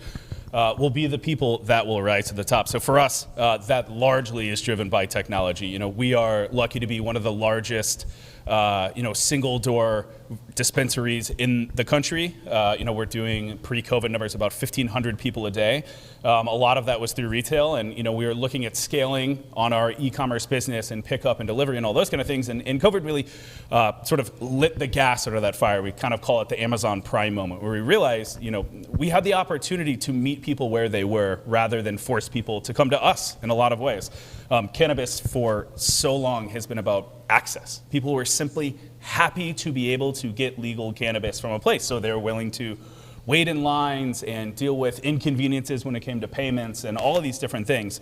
COVID changed everyone's life and forced cannabis to really look at, okay, how do we work on the same playing field as an Uber, as a DoorDash, as an Amazon, as a Sephora, as any of these brands that people use in every other aspect of life where they want it on-demand, convenient, in all of the different ways that fit into their needs. And cannabis stepped to that. So for us, it was about stepping to those things. It's scaling e-commerce dramatically, scaling delivery dramatically, and trying to get to a place where we were truly meeting people with the convenience and the experience still, not cannibalizing the experience that they were looking for.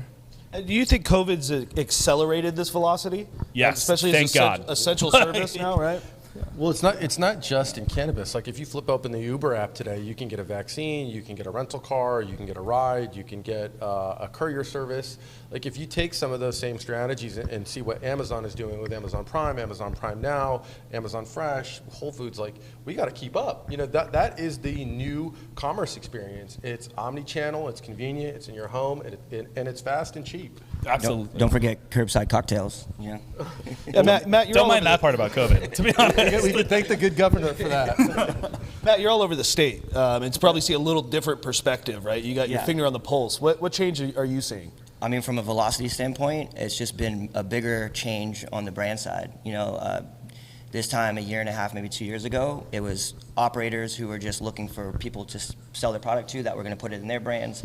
A lot of brands that were only white labeling, and I'm starting to see a lot more of these kind of what we call the legacy operators who had licenses, great operators, but just didn't have either the resources or the time or the focus to worry about a brand. And I mean, there's a lot of them that are about to, you know, take their shot at it. And I think a lot of them are going to probably change the landscape of what that, you know, consumer experience with the brands in the retailers is going to be. In terms of cultural identity, are you seeing change there as well? Kind of. I mean, you know, if you look at what's hot in the streets, some of the bigger, you know, lifestyle brands, it's the same as it's always been. I think it's just more access to it. That's going to be where it's going to appear to be cultural change, but it's really just getting access to the things that they don't have to, you know, go black market for anymore. You know, what just to kind of touch on something you said, like the streets had forever, you know, popular culture has dictated what was hot in flower trends. I think that a lot of the new consumers are coming online, may not necessarily consume flower, so I think we're seeing a balancing of power where new brands like companies like can come into the space overnight, develop what feels to be a grassroots groundswell of and story behind their brand, and that has nothing to do with flower. And you know, 5 years ago that wasn't even, you know, possible. So you know, the landscape is opening up, and you know, we're excited to see what's coming next. And that is a good point. I mean, I remember when we started River 5 years ago, one of the founder's sons, whose, you know, background was alcohol, in his mind, he was looking at other markets, obviously, and he was like, in 2 years, flower is going to be irrelevant, right? And it's like, yeah, you can look and see the market share goes down, but the volume and the consumption of it is not faltering. I think more people are smoking flower than before, you know. Said everybody who isn't producing flower. They're waiting on its demise. 100%. 100%. But that's the thing is that's kind of to the point is where I don't see the cultural change. I think it's definitely expanding, but flower and, you know, I mean, you got to think about it, right? That's the starting point of every other product. And what I think, and, you know, it's just, you can quote me on this and see if I'm right or wrong in a year from now, but flower is going to be this like quintessentials pack of you can buy the flower, you can get the live resin, you can get the vape cart, and you'll get any other type of product along with that. And it's going to go, I think, more focused on either the breeder or the actual producer of it. And the brands will just be the vehicle to get it to market. Yeah, I mean, that is certainly a market that will absolutely develop, and we see that a lot with anything that is like a traditional flower-touching product, right? You'll start to see genetics, flavor, profile, all of those things be the focus, and then you look at sort of the execution of it. I think to your point on the can side of things, which is super interesting, our CEO, Mark Matlich, always jokes that he's heard for 10 years, you know, Airfield was founded in 2010, this year is going to be the big year of beverage. And he's like, every year somebody says it. I do think maybe it's this year though. But I mean, if you look at the data, it's like what beverage is 2 or 3% of overall sales revenue, maybe, right? Yeah. Most categories are still irrelevant. If you look at kind of combustibles in flour and in pre-roll, that's 65% of the market, right? Absolutely. So they're still dominating. And what that says is genomics matter, the breeders matter, and terpenes matter. And I think that, you know, as consumers continue to educate themselves, those things are going to really be what drives consumer preference. Yeah, and to the point of the drinks, so I'd like to just add, like, I think one of the things, at least from a distributor standpoint, you fill a truck with drinks, it's a lot more expensive. You have a lot more risk in inventory. So it's really, the battle in retail too, square footage for that's storage. What I was going to say. And then you have to have you know, depending on what the product is, you have to have coolers, fridges, the whole nine, right? Like, until this flips into a much more normalized market where you don't have to necessarily go to, say, a specialized dispensary for the beverages. Maybe there's a carve-out where if you can buy liquor, you can buy beverages. Maybe that becomes more widespread. But yeah, I mean, it's different, 2 to 3%. Two votes for Zaza and the Mylar.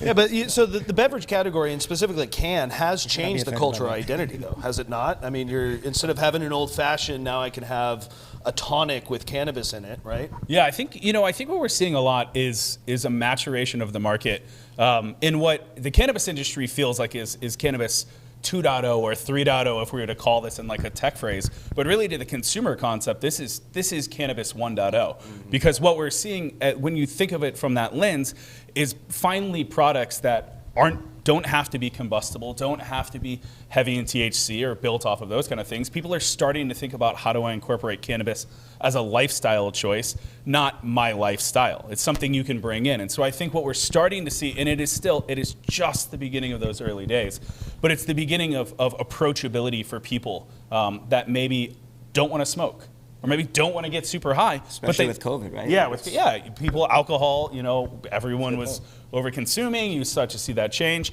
Sometimes people just want to replace a glass of white wine. And so there's products out there, microdosing products and things like that. It's not to say one's the answer, the other's the answer. What we're seeing is a maturation of actual addressable demographics and products that can now fit their needs. But that's even just in California. I mean, if you go to some other states, you see just a completely different market that is, years behind, and that's simply because that maturation hasn't gotten there. It's still an insular industry in a lot of ways. So I agree with you totally. Canna curiosity is being sparked and fostered by lower dose, microdose products. But what I have noticed as I travel around the country, that there are markets that are actually better educated on how terpenes interact with cannabinoids versus just cannabinoids. In California, we've got a long history of shitty products, right? We had a vape industry that started out with botanical flavoring. We then had everybody in the whole state chasing THC percentages. Like, we've got a lot of wounds and scar tissue we got to undo before we get into this, utopian society of product proliferation. Yes. Where there's something That's next year. Where there's where there's something for everybody, right? Yeah. Well, Sharif, speaking about the lifestyle experience and its consumers, can you touch on that and what you guys have done at Garden of Eden on that lifestyle experience? I think you've captured it amazingly. Tried and true, right? Give people the same feeling of high quality, high value, feeling like they're welcome, feeling like they're part of something year in and year out for so long, and you become a staple. We like to think we're like Fenway Park of the Bay Area. There you go, Fenway. I like that.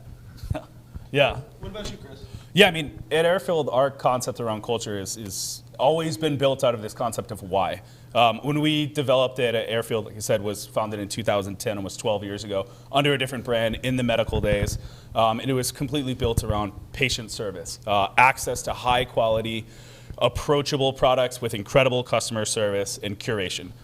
As that's evolved, and around 2015 when I started to get involved as a consultant, when we looked at building the new brand, it was about seeing, in the age-old sort of branding statement as a branding person, it was about skating to where the puck is going. That was not green crosses and zigzag leaves and all the classic sort of tropes, right? Yeah, that nowadays in 2021, you're like, what the fuck is that? Like, who would ever put that on a logo? Thank God that's moved on a little bit. But back then, I remember, there were early days of conversations of, we're gonna call this thing Airfield Supply Company, and everyone's like, well, nobody knows you'll be able to buy weed there. And we're like, that's the point. But that was about creating a concept of where it came from that's driven from a mission. In a branding perspective, we think of that as our why, right? And people do buy why, and they don't buy what you do. So we wanted to create from that idea that it is about helping you make the most of life's journey every day. And every development we do, every product we build, every experience we create was about building towards that environment. That allows us to have a differentiated perspective to just another place where you can buy packaged goods. We wanted to create a culture that people felt they were gaining something from being a part of us, rather than simply just executing their transaction there. Because you can buy a lot of the same products at a lot of the same places, but if you can create an authentic connection to an individual that feels they're gaining something from associating with you, and ultimately, hopefully, becoming a part of a community, now you've created a stickiness that culture is risen beyond, which is what a lot of the super successful brands within the world, the Nikes, the Jaguars, the Googles, all of these brands that create this, the Apples, that create this illogical emotional loyalty, it's because they're delivering and building a business from a core rather than simply just from the tactical execution level. Yeah, I love that why. I think that resonates with me more than anything. If you don't know why you're going to do something, you're not going to be successful at doing it. Matt, as a distributor, have you seen a lot of brands that have that why and have that? Yeah, actually, I mean, to his point, right? Like the lifestyle itself is something that I think personally drives where those trends go. Most of the brands, the strains specifically, they mature in legal cannabis, but they get their legs and they get the interest kind of swelling in the we'll call it the traditional market. So it's what people think of, when they first hear something like, I gotta go find it. It's because there's something, whether it be a rapper or some other celebrity or an influencer or whoever it is that's putting that out there. It's, it is based on whatever that person thinks of themselves as their own lifestyle, right? And that's what most people in anything they want. Like if they like a sports team, why do they like that sports team? It's either because you grew up there, but that's part of your lifestyle, the community you were growing up in, or it's a product that's, if you're a surfer, you're going to probably lean towards something that's a little more beachy vibes. If you're obviously, a rapper or into some sort of urban type of setting, then you're going to go after the people that you look at as the artists that you like, what they like.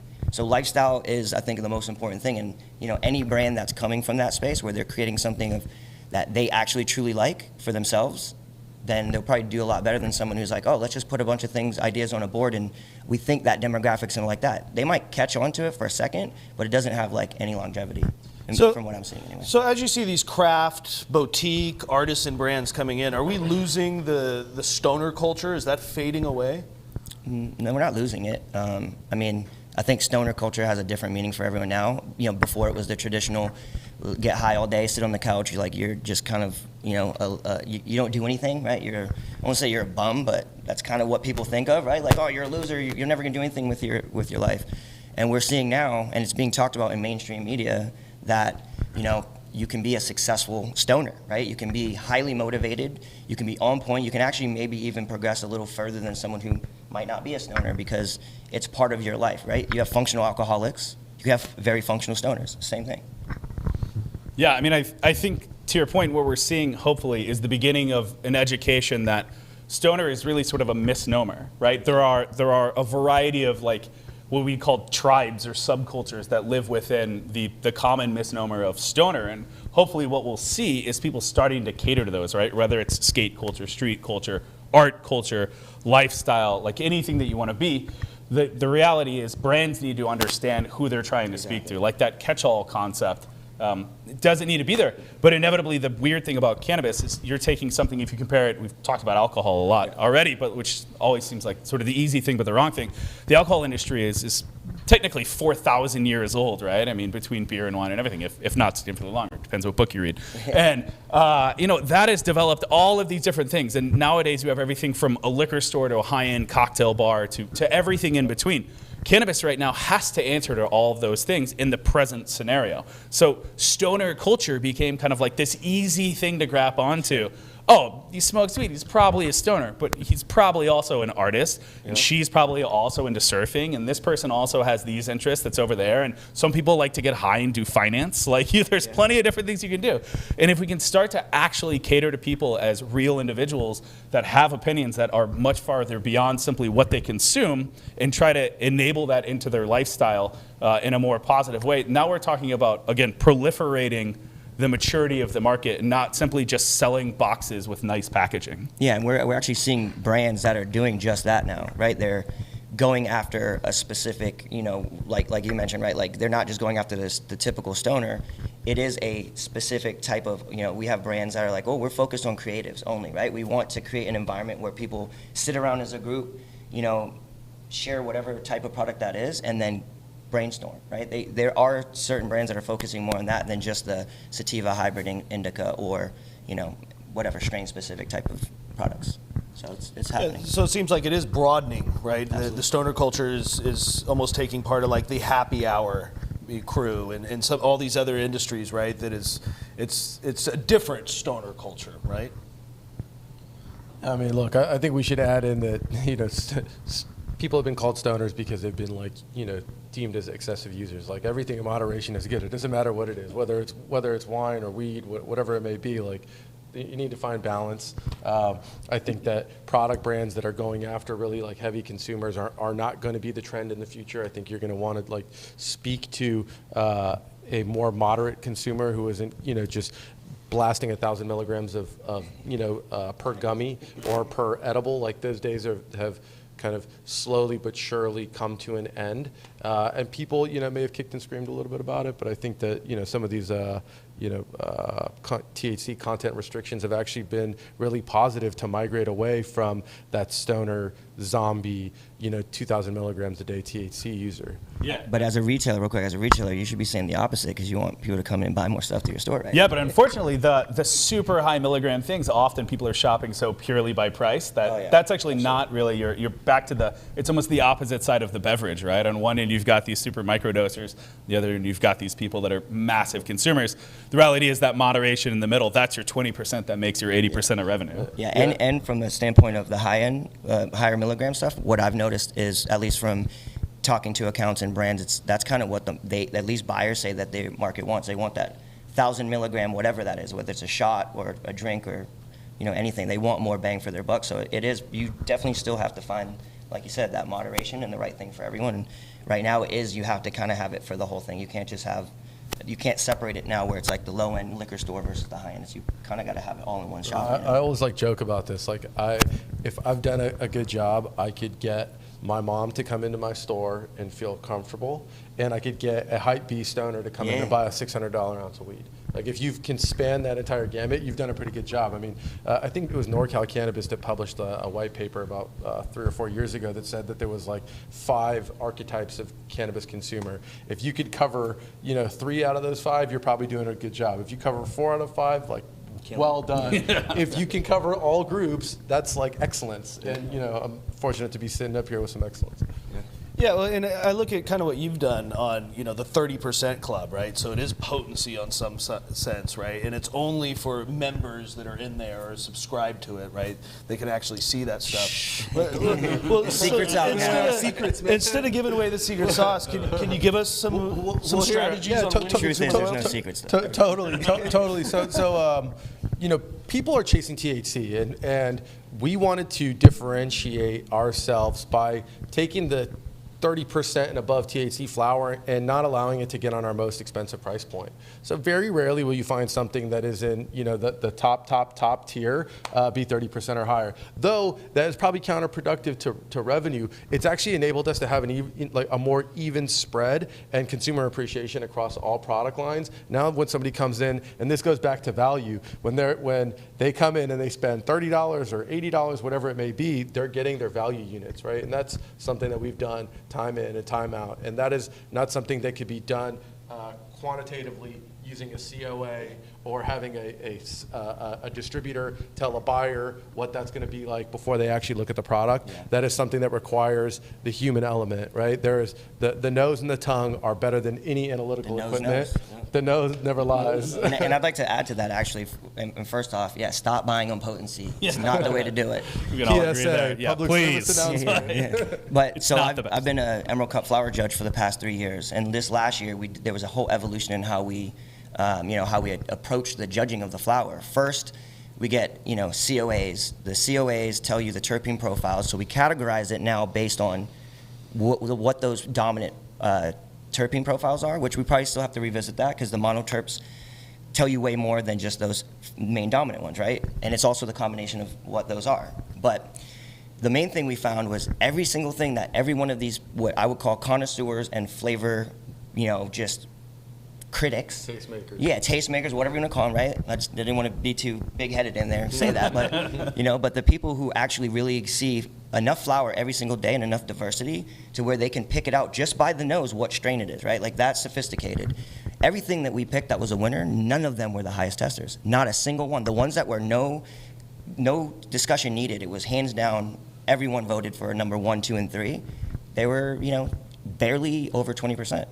But the terpenes was the differentiator. Yeah. And that's where I know there's been some brands that have tried to hit that mark, but You know, and I hate saying this, it's the education piece that needs to happen, but really, if you take any consumer and you put 3 different products in front of them, and you tell them to pick the best one, they'd be surprised that it's not the highest testing potency, period. Yeah. I mean, that is massively a job of the brands, but also the retailers too. I mean, that's something we talk about in retail all of the time at Airfield, is you need to guide people not based on, even if they come in and they say like, give me the gas, right? It's like, no. Like, let's talk about flavor. Let's talk about experience. Let's talk about the things that you are actually trying to achieve here, and then we can have a discussion about like what products could potentially meet those. You know, flavor first is always there, but until people start to do that, until people are starting to be conditioned, you will get that, right? So the education inevitably is fundamental, and obviously in cannabis with the battles you have on channels when it comes to like pushing proactive education or marketing, it largely falls on the retailer and the brand to collaborate together and say, we're going to make a commitment to telling the right story to the consumer to start to change behavior. Yeah. Consumer education prior to the migration to e-commerce first was quite challenging. Most of these stores were not designed to make an immersive experience. So you really only had forbidden from it in a lot of ways. Because you had a register and a buyer, and that buyer, if you spend too much time with him, is going to jam up the rest of your store. So high volume dispensaries basically have a limited amount of time that you have to educate the consumer in the past. But now, as we migrate to digital first, we have a new opportunity. But as long as people try to educate using very big, like scientific words like beta-caryophyllene or myrcene or alpha-bisabola. Like I live and breathe that stuff, and I can barely get it out. Like we have to change the way that we're talking about cannabis for us to be able to, really educate the consumer to have the right segregation in the market that we're actually after, and get to the specialization and letting people understand what they actually want to do.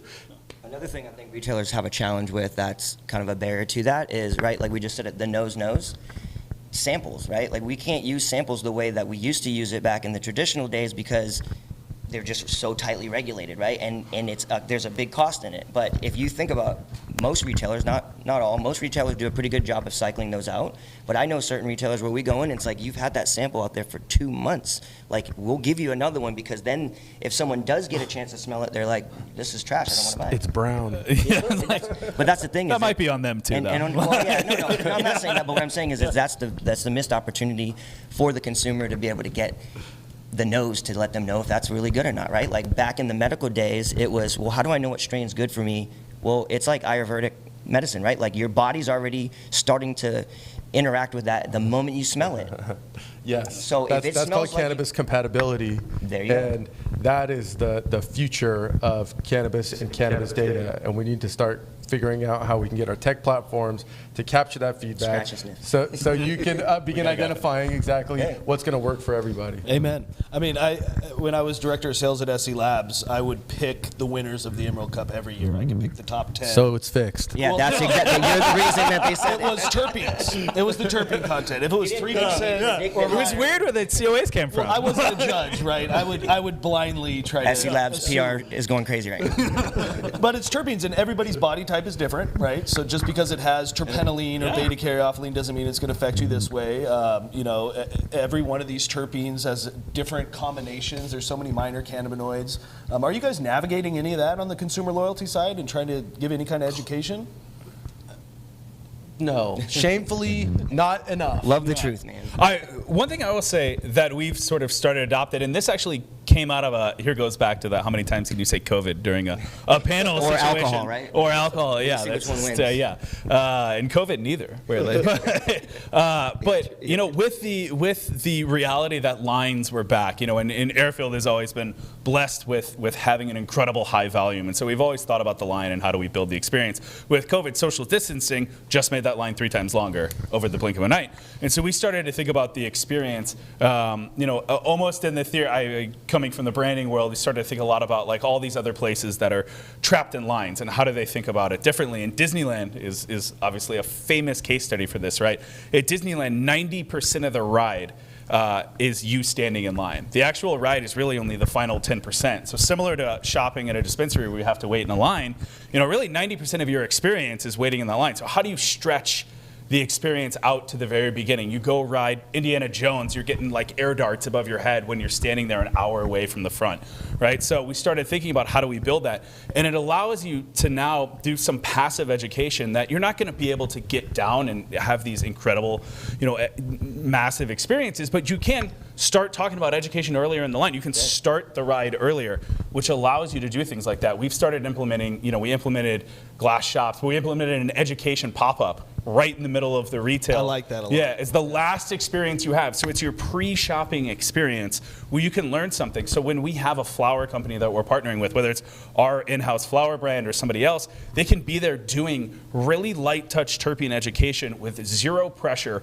And then when they approach the sales counter, they've now had something to prime them. And we're priming them to talk about flavor, to talk about terpenes, to talk about experience, so that they are hopefully shopping. Even if they get up there and they go, 30% or higher, that's all I'm interested in. At least they've had a discussion, right? Yep. So there are ways you can start to do it, but it's a battle, and it came out of necessity. But now we've thankfully, like in Airfield, we've had the ability to build this line. As we're looking forward at everything else, now it's about how do you shape only based on immersive education, that the output is simply a natural conclusion of your journey in that store. You're talking about training the consumer's behavior patterns for the benefit of the retailer, but also for the benefit of their everybody wins cannabis consumption experience. So I definitely agree with that. Yeah, consumers definitely want to feel comfortable and confident in what they're asking. Like, I'm sure you guys experience a lot. Most of the time they're like, what should I get? What do you think is the best thing? They don't know. They're probably anxious and a little nervous about what they're going to get. So if you can do that, you pretty much made the sale. At least made it shorter when they get to that counter, and you don't get those pinch points. Let me shift the conversation a little bit into direct to consumer. Matt, are you seeing a shift from brick and mortar to delivery, or in mainly into direct to consumer? I know we'll ask Chris and Sharif here in a minute because they are doing a little direct to consumer. But are you seeing that in the market today? So I'm hearing a lot about it. Definitely, it's been kind of a topic that has been in discussion for quite some time. I know there's a lot of brands that feel they have a better direct connection to the consumer if they can go direct. And in the past, it's like I said, most of these companies are coming in licensing, buying other people's products, filling their brands. So that direct to consumer model there wasn't really let's call it any emotional connection there. But I definitely think it is going to be a huge part of how we move forward. Right now, delivery, depending on where you're at, what location you're in, it's really expensive to operate. And if you can't attract the right type of brands, or you can't afford to hold a lot of inventory, or you can't, all the different barriers it takes to have an offering that a standalone delivery service would need to be successful, I think it makes it challenging. But if you're connected to a vertical and you have an actual brick and mortar that you can go in and recycle and get more product from very easily, and you have a wider offering, I definitely think people want to have that direct connection. Some people want to go in the shop, but other people just, hey, DoorDash me. I'll pay Chris, 15 extra. Same thing. Are you seeing cannibalism when we're talking about direct to consumer as well, or is that helping you? It's certainly not cannibalism. I think what we see is, and this is it's an all boats float situation, I think, for us. We know as a retailer with a long history and a very committed strategy to how we provide value to the individual, that is always going to be a thing. If people want to try direct consumer, that's great. I think it's a tactical execution effort right now. And I think nobody, frankly, and no disrespect to anyone who's doing it, but I don't think anybody's really gotten it right. There's been so many different models. Agreed. The economics are super challenging. There's a lot of stuff there. For us as a retailer, we know we have experiential in-store. We have convenient e-commerce online. We have super convenient delivery that comes and shows up in a Tesla because that represents our reflection and comes in. But for us, direct-to-consumer is another thing to try, but ultimately when the value add comes, and the value add is in consultation, and it's in guiding people, direct-to-consumer often silos you. Maybe there's one product that you like and you order it from them, good for you, but if you want to learn, we've talked about cannabis education and proliferation of product categories and all these things, that will always need to come from someone who can help actually guide you, and also do it while not keeping you in a walled garden. That's why AOL in the 90s was so great, if you think about it that way, but ultimately it kept you from the internet.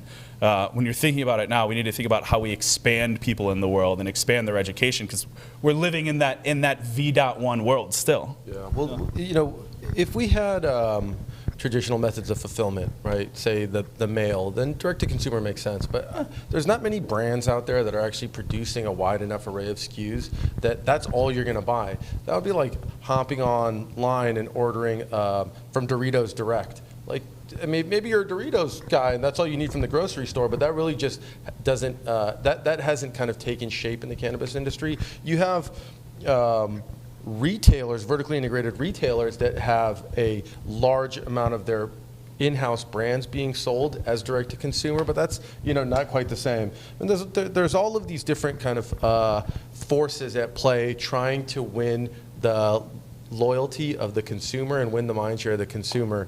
I think that we're going to see different models be tested, and I think that we're going to see some fail and some succeed, and it's really to be determined who's going to win. Yeah. So is it convenience? Is that the real appeal to direct consumer, or are we seeing other ways that it's easier for somebody to get this? Is it convenience? Convenience, quality, and price point are three big principles that I think drive consumer behavior. But convenience is on the rise in cannabis, right? Before, if you wanted to get delivery, you were probably getting it from a black market delivery service. Now you're getting it from a licensed delivery service. Pretty soon, the same guy that brings you your DoorDash or your Uber Eats is going to be the guy who's dropping off your cannabis, and it's going to be touchless, and it's going to be seamless, and it's going to be super convenient. So I think that we are, especially being in the Bay Area, we're convenience junkies. We're kind of lazy, and we're on our way to the Wally world. There's so many platforms, right? I can go on Weed Maps, I can go on your website, I can go here, I can go there, right, to buy this. Is that part of the convenience as well? Is that part of your approach? I mean, there's different models.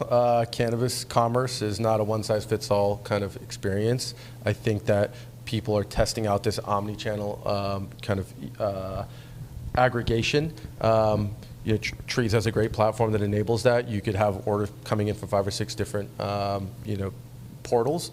But I don't know that that's the best experience, because you're not going to get the same loyalty treatment. You're not going to get the same discounting treatment. You're not going to get the same kind of visibility, purchase limits kind of popping up. All these different variables. Marketing sometimes. Yeah. There's zero relationship-based interaction that goes on with some of those. And it's early days in it. But yeah, if you're not actually truly creating a relationship with the brand, then you're getting no reciprocity from that brand. And I don't think it's something that it will be one person is only going to exclusively do this one type of ordering. It is a convenience thing, really. It's like, it's 10 o'clock at night. That's my last chance to get something. Maybe this, it's 5 blocks away. They don't want to get out and go. They have their entertaining company, whatever. It's going to be something that's like a Band-Aid for most people. I don't think it's the end-all be-all for consumers. Now, Chris, let me ask you this question. What do you think is needed to make the regulated market more competitive? Yeah, I mean, I think every day the regulated market is obviously taking strides towards that. I mean, inevitably we know taxes are a massive barrier that keep people pushing back to the market. We know, convenience in a variety of factors keeps pushing people back to the illicit market. I mean, there are a variety of things that are going to get there. I think one of the biggest things that will help, honestly, battle against it is reform in things like 280E.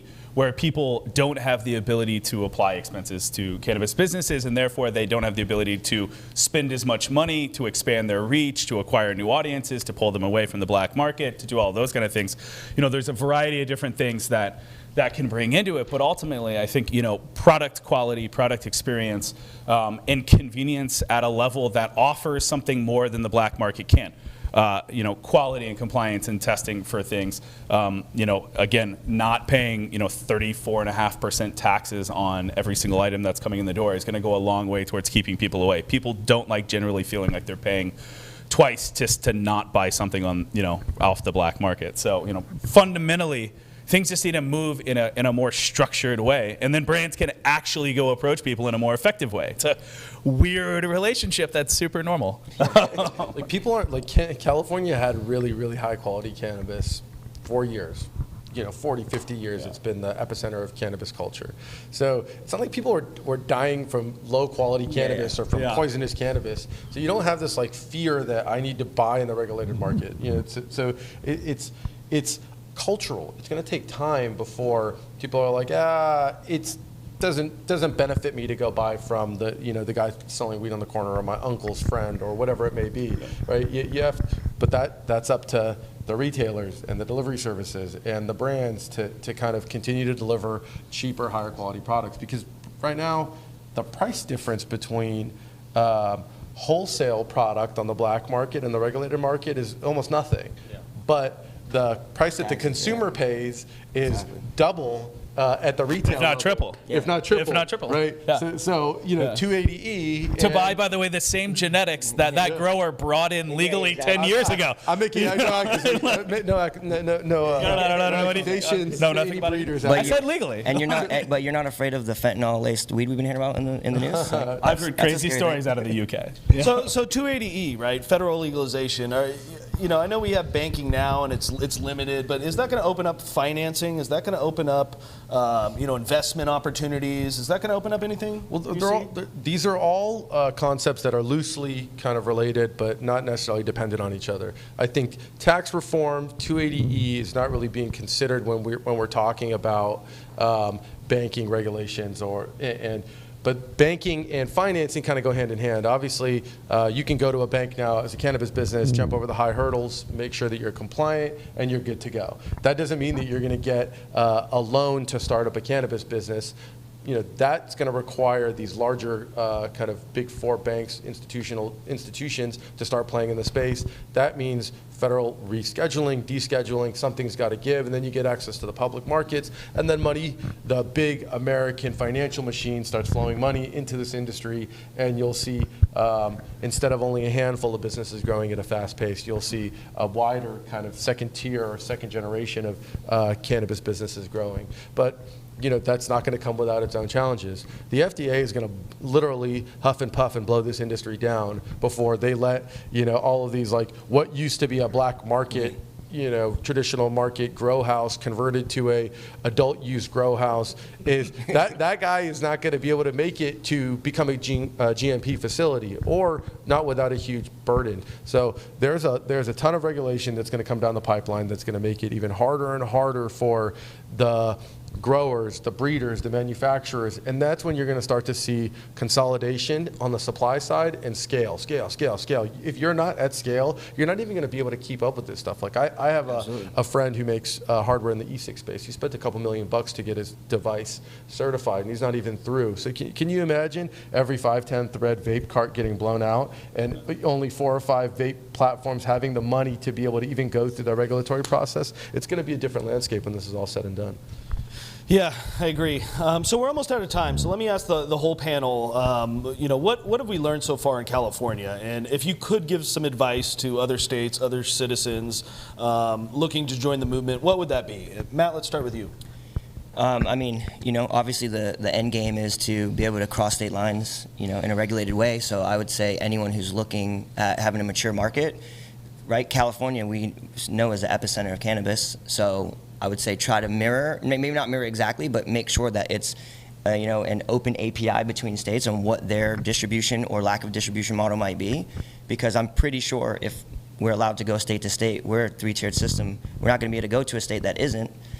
So I'd say just, thinking other than just what can we do to get cannabis legal here, how can we work with other places that are legal already or will be in the future?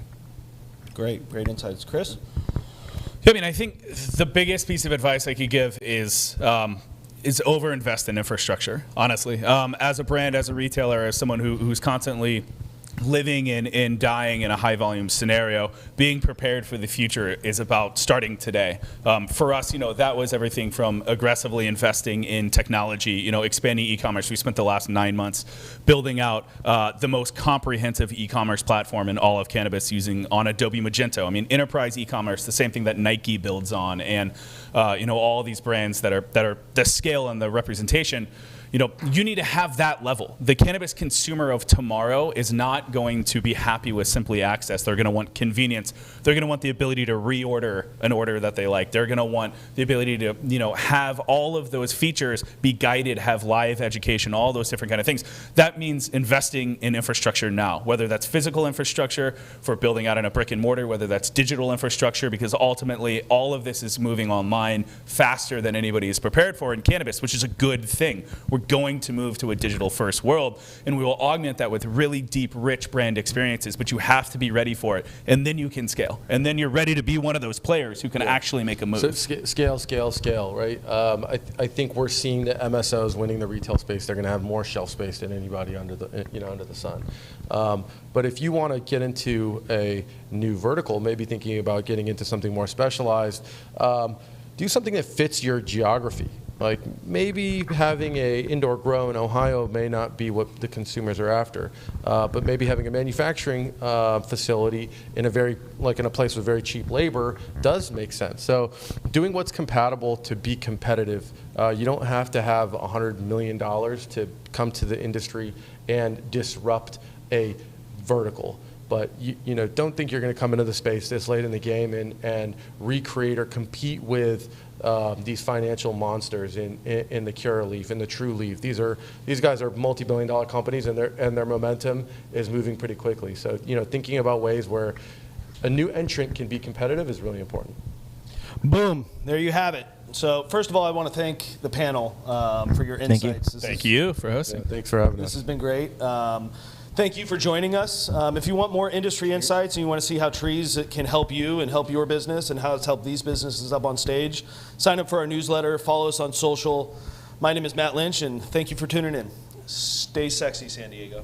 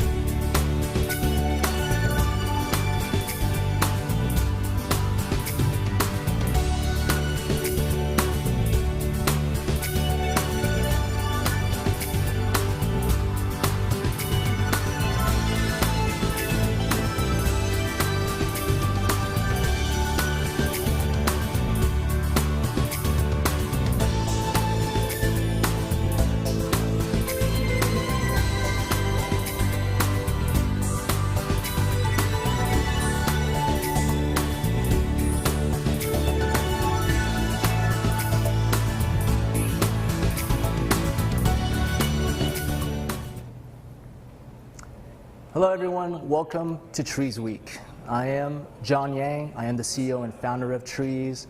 Today we'll be spending some time talking about the vision of Treez and our future of Treez. But first of all, we'd like to extend some thank yous to Tommy, to Matt, to Chris, Sensei, and Sharif for sharing their industry insights. Together we've come a long way in growing this industry together.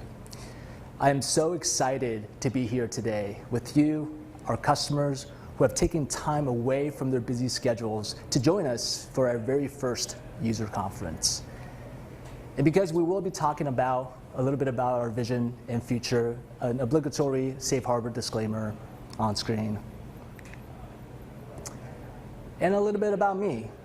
I started Treez about 5 years ago, and I started Treez because I am enamored with helping SMBs. You know, in the mid-90s, I grew up in Reno, Nevada. In the mid-90s, I was fortunate enough to deploy technology solutions to schools, to law offices, to restaurants, and we're talking about solutions like email, networking, or even the internet.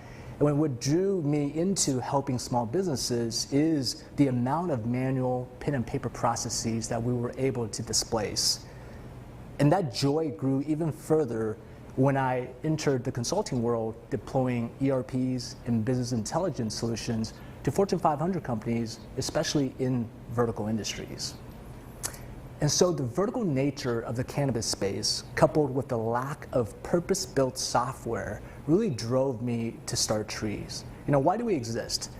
We exist to facilitate end-to-end commerce for all cannabis operations, to really help break down technology barriers and really be that road and build and bridge to bridge the gap of our industry into modern commerce. So a quick look at our agenda today. We will be starting with some accomplishments, and then we'll go into some exciting unveiling of announcements, and then focus the core of the session around our vision and future. And then we'll wrap up with some brief Q&A.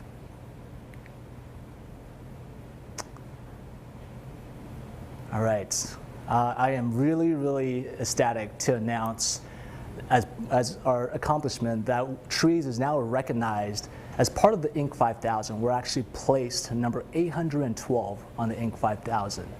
For those of you that may not know, Inc. 5000 represents the 5,000 fastest growing private companies in America. And this is truly an honor. Not too long ago, Treez was but of an address somewhere in the Bay Area.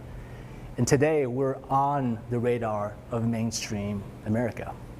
And so, a virtual round of applause to all of our employees who have worked tirelessly to propel us to this position. You know, this reward was in recognition of our near 600% revenue growth over the last 3 years, but our accomplishments really span past just revenue growth. On screen, we have some amazing accomplishments over the last 4 or 5 years since we were founded, starting with us powering 400 retailers. And these 400 retailers are contributing to $4 billion of annualized GMV. And that's all going through our system. And that $4 billion of GMV represents nearly 40% of the California market share. And across the entire states, that's about 15%. And so we're now connecting over 600 brands across their retail partners into nearly 7 million consumers. That is what we have accomplished to date. And it's amazing. And we've grown as a company. We're now standing at 84 employees distributed across 10 different regions and powering 7 different markets. And we look forward to powering more than that, double that, triple that over the next years to come. And in looking at these accomplishments, I just want to give recognition to both our customers and our employees. So first of all, for our customers, thank you for believing in us. Thank you for partnering with us and partnering with us to build the best cannabis platform out there. And a big heartfelt thank you to our employees, not only for your commitment and contributions, but also for your resilience and sacrifice, without which we would not be here today. And that includes past employees who may be viewing this stream. Thank you. And we're asking our employees to actually take a day off this Friday to recharge with their friends and family and to really reflect on all of the contributions they've made for us to date.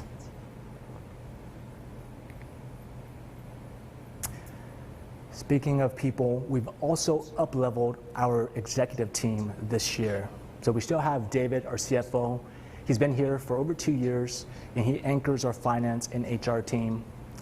But we have grown in the leadership team, starting with JP Saunders. He came from Oracle. He joined us early this year in January, and he is our VP of product, leading all of product management and product marketing. In April, Josh Glantz joined us from Single Platform. He is our Chief Revenue Officer. That means he leads all commercial activities across sales, customer success, business development, and more. And lastly, Sean Wedd, also joining us in April, also from Oracle. He leads a very enviable team of developers, of ops, and of quality assurance, and he is our VP of engineering. And also, we're hiring. So please take a look on our website as we're hiring across all departments. So please join a wonderful team. And so on to some announcements, starting with our website. We have a new website that's launched. So if you go to treez.io, you'll see our latest website and also some updates on our corporate branding.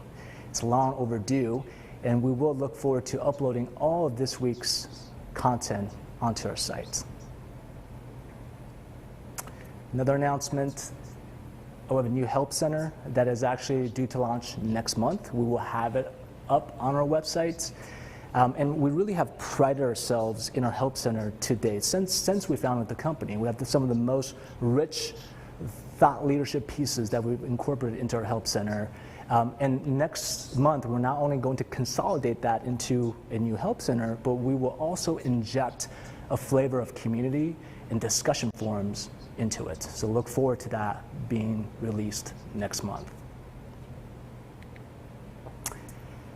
Also next month, September is going to be a very busy month for us. We will be also launching a partner portal. We now have over 50 integration partners that's working with us, and we need to get better at educating our commercial team with our partners. So within this partner portal, look forward to having education, sales and marketing collaterals, case studies, client lists. It really is going to provide that central hub for our teams to connect better with our partners and really offer the right tech stack and solutions for our operators. Again, in September, we will be powering the Hall of Flowers. This is year 3 of Treez powering the Hall of Flowers event. And for those that don't know about this event, it is a B2B event connecting retailers and brands. And so if you are a brand, do come reach out to us, because you will have to upload your product catalog before you head into the event. And if you are a retailer, we can't wait to see you at one of the 2 showings. So in September, it's in Santa Rosa. And in December, it will be in Palm Springs. And if we're not able to see you in person at one of these 2 events, we will also be exhibiting at MJ Biz Conference in Vegas in October.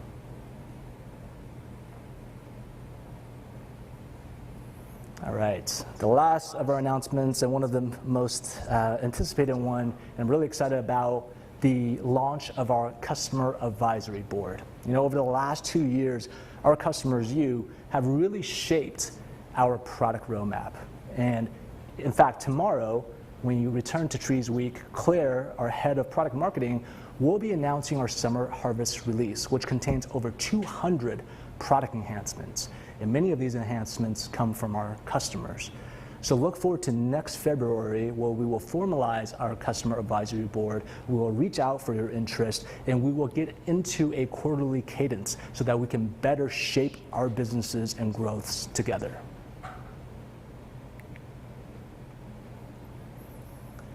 All right, now let's talk about our vision and future. Our mission at Treez is to facilitate end-to-end commerce. And we do that by connecting all data and all transactions throughout the supply chain to provide the most accurate product information to the consumer. And so therefore our vision is to be that platform that helps products reach its end consumer. So retailers and brands like yourself have already begun to look ahead and position your businesses for future growth. But that future growth often requires connections between each other, with each other, to grow each other. And so our solution offering at Treez today makes that connection easier. So on the left-hand side of the screen, you'll see that we lead with our Sell Treez point-of-sale solution. That solution helps our retailers scale across consumers, across inventory, across omnichannel sales, channels today which often include marketplaces, curbside delivery, direct-to-consumer, and much more. And all these sales happening on these channels, they all funnel back into Sell Treez as that single source of truth. And so that truth is then aggregated as operational insights and presented within our Ask Treez analytics solution. And so that presentation is presented not only for your single store, but potentially for hundreds of stores that you may one day operate. And within Ask Treez, because we have a good market presence, we're also able to offer market benchmarks that allow our operators to compare their operational insights with what's happening at the market level across a region or across the entire state. On the right-hand side is our Brand Treez solution. And the Brand Treez solution exists to ensure that accurate and rich product content is always delivered to the end consumer. And so when a brand uploads their product catalog into Brand Treez, all of that product data is synced down to our retailers, right? And when that is synced to our retailers, it is then exposed across all channels of sales that they may operate in. And so that means when a consumer visits a site on Weedmaps or potentially through a operator's or retailer's own website, they are viewing the same product across name, across description, across images, and that will inform and influence their purchasing decision. And it also ensures a consistent experience of that product content across all channels of sales. And that's really powerful, not only for the consumer experience, it's also powerful for wholesale interactions between the brand and the retailer, right? Because when the product catalog are synced across a brand into a retailer, now you can optimize for better inventory levels. You can use the channel of communications within the synced data so that we can suggest some reorders, right? And by having this synced, it also goes back to offering a better consumer experience because the availability of key inventory and coupling that with market demand insights within Ask Treez, we can ensure that the consumer can always rely on their favorite item being in stock. And lastly, within our solutions offering, we have our Cloud Treez platform. That is our platform layer. And it governs all the security and compliance across all activities happening within our platform. And furthermore, it extends itself as APIs, as the gateway of APIs for developers or for integration partners to be able to tap into our ecosystem of retailers and brands. So at Treez, I often describe a dream of helping that product, a vision of helping that product reach its end consumer. And I ask our team every single day to focus their day-to-day activity to help affect that dream.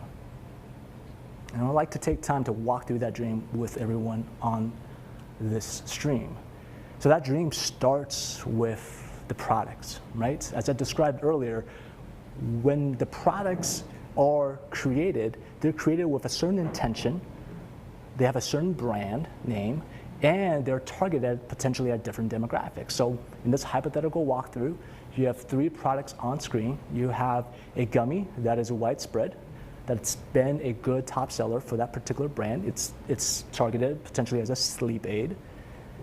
In the middle, you have a chocolate bar. It's been around for a long time. It's more acclimating to a older demographic.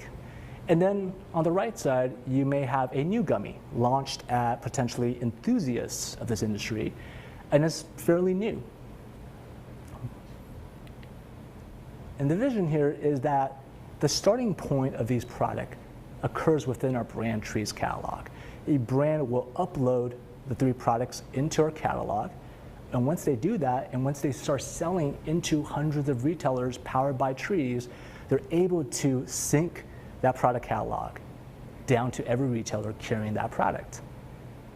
And what that's going to do is that's going to ensure all the consumers that's viewing the product information is seeing the exact same product as the brand intended it to be, with the most robust content and information possible.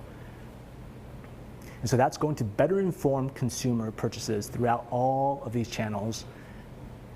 It could be marketplaces, it could be your front-facing display at the retailer, it could be your own online ordering site. And this is a powerful, powerful thing to be able to do, to have that consistent product experience across all consumers.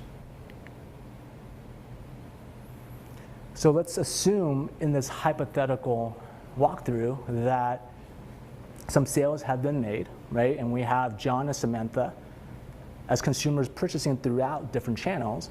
In this case, they're all digital. So Samantha may have purchased the gummy through a retailer's own e-com site that they built on top of our APIs. And then you have John, who's a little bit more curious. He is going and making purchases from the brand's website directly, which creates a pickup order ready at a nearby retailer. And he may be purchasing across a marketplace, such as WeMaps. But the goal here is that you can see that all of these sales flow back into our Treez point of sale. And so therefore, you have that singular source of truth across all of your transactions so that you can better analyze your acquisition channels, your customer loyalty, and your overall efficiency, because all sales funnel back into Treez.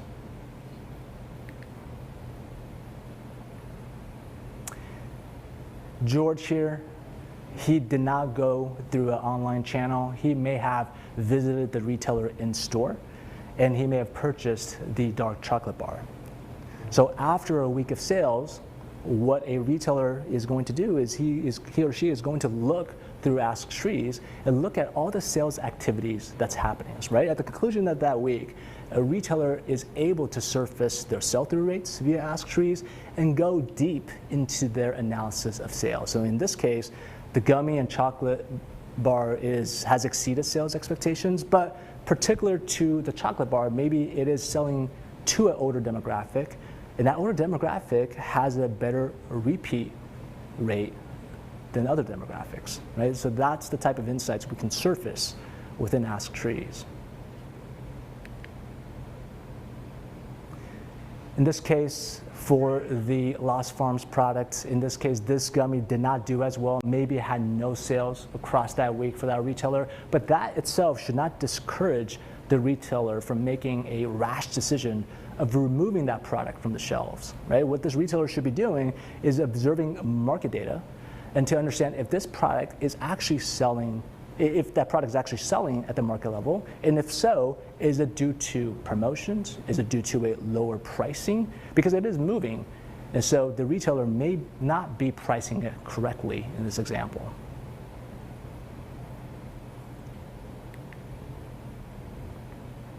And so once those sales activities have happened, once more inventory has been depleted for these retailers, what we can also do here is make some suggestive reorders to anticipate some increased level of demand for both the gummy and the chocolate products. And so with the suggested reorder, a retailer can send that to their supply chain partner.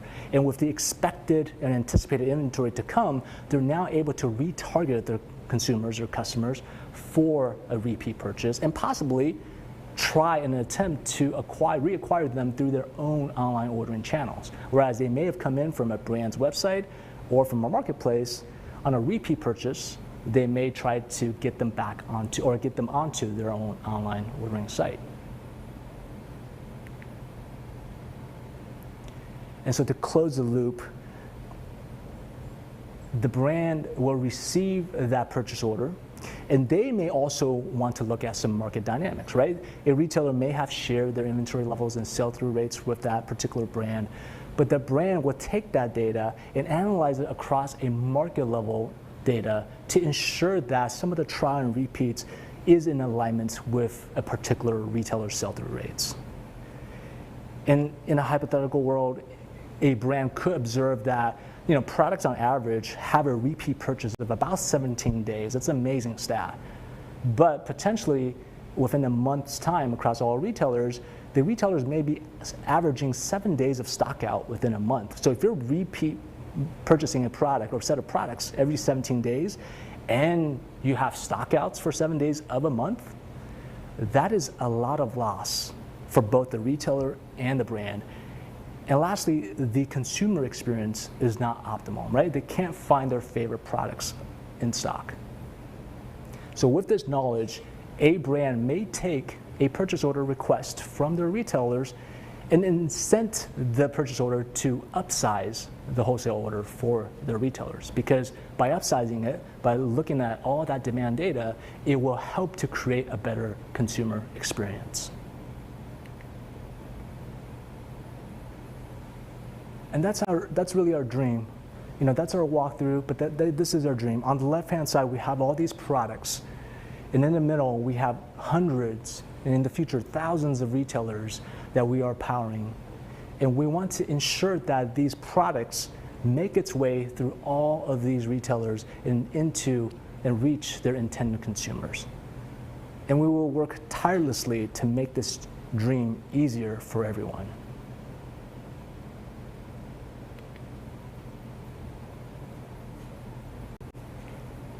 So progressively, over the next years, we will invest in the people, the process, and the technologies and innovations to solve both the present and future challenges for both retail and brand operations in the space. So across data, supply chain management, ERP integrations, CRM integrations, and down to the customer experience, we plan to provide our ecosystem of operators the solutions they need for greater visibility and greater predictability across the entire vertical chain, right? So starting with data, I spoke about offering market benchmarks that we can't offer today, but as we evolve, we want to be more prescriptive with our data so that we can help businesses in various life cycles of their growth, be it early, mid, or advanced, to help them achieve that next level of growth.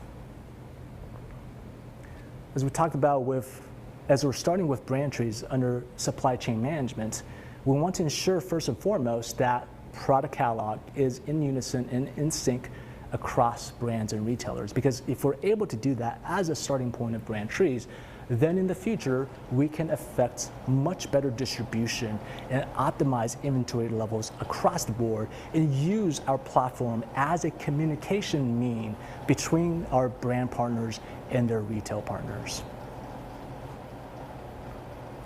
Over in the categories of ERP and CRM, we're definitely not going to invest in becoming a SAP or a Salesforce, but we will invest in the integrations to get to a SAP or to integrate with a SAP or a Salesforce. And on the CX side, CX encompasses point of sale, encompasses online ordering, encompasses omnichannel sales.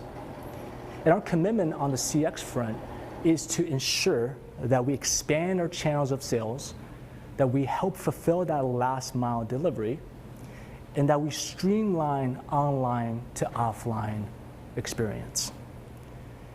And CX is the one that matters the most, right? Ultimately what matters the most is that in consumer sale.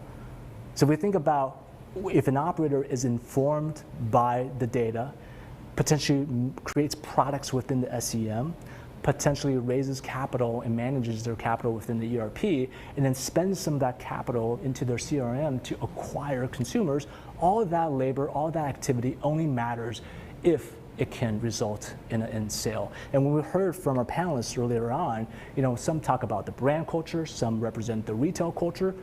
You know what? Everyone wins when there's more consumer sales. Everyone wins when there's more growth.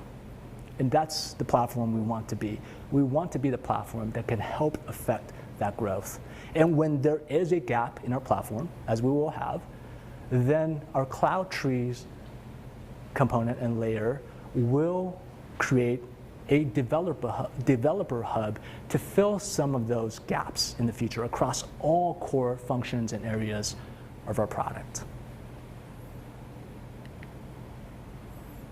So in summary, the Treez platform was built to solve the present and future challenges for both retail and brand operations in the cannabis space.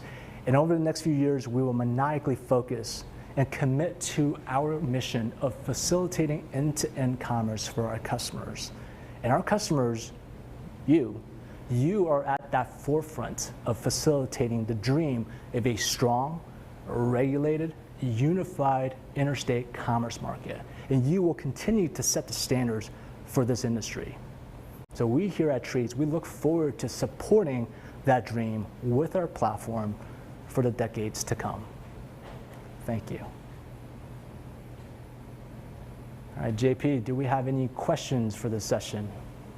Yeah, Joe, we've had some great submissions on questions. I handpicked a few of them for you in advance. So the first one is someone asking, I'm interested in participating in the Customer Advisory Board. How do I sign up? We can't wait for you to sign up. It requires some commitment on your part, but we are a little further out. We're not going to start this advisory board until February of next year. So as we get closer to that date, do look forward to some communications from our team. Excellent. Thanks, John. The next one is from an operator and owner of a dispensary.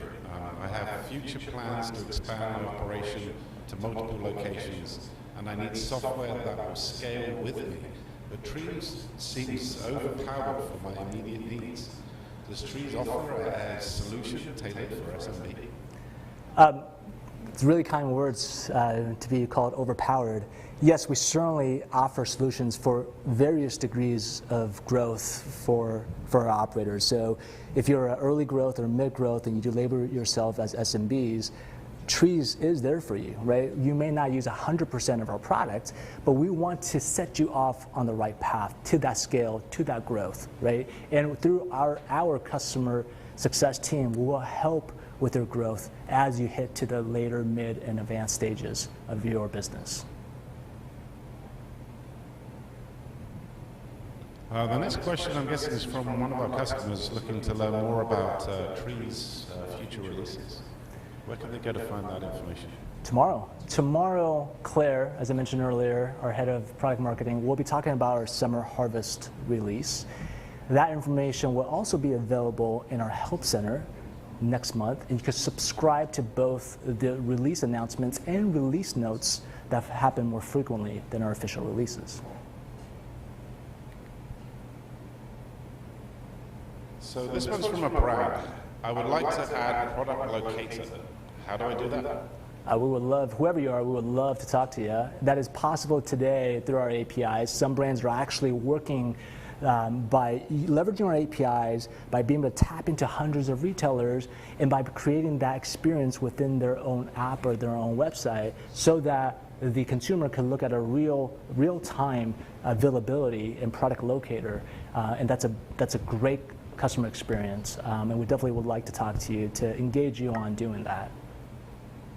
I think we may have had some technical problems, John, with the microphones. My apologies if the audience didn't hear the questions, but hopefully they saw it on the screen. So the last question for you today is, I'm thinking about integrating with SAP. Is that possible today? That is possible through third-party vendors. In fact, a number of integrations are occurring across a number of ERPs, SAP included. So do reach out to our team, our business development team specifically. If you're an ERP partner, but if you're a customer, reach out to your customer success team or account management team, and we'll connect you to the right partner. Excellent. Those were all the questions. And again, I apologize for any audio issues during that section. No worries. Well, thanks again for joining this session. Thanks again for attending Treez Week. Please come back tomorrow. We will have more content. In fact, we have more content just after this. But we have a commitment for you as well in that we will host this user conference on an annual basis. It's really for our customers, for our partners, and for you to connect with us. And hopefully the next time we do this user conference, we can meet in person and with each other. Thank you.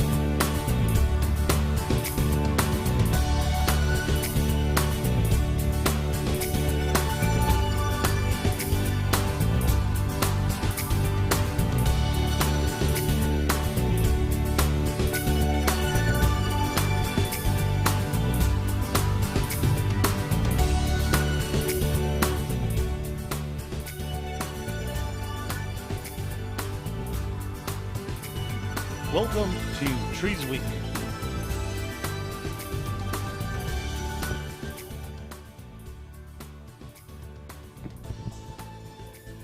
Welcome to Treez Week.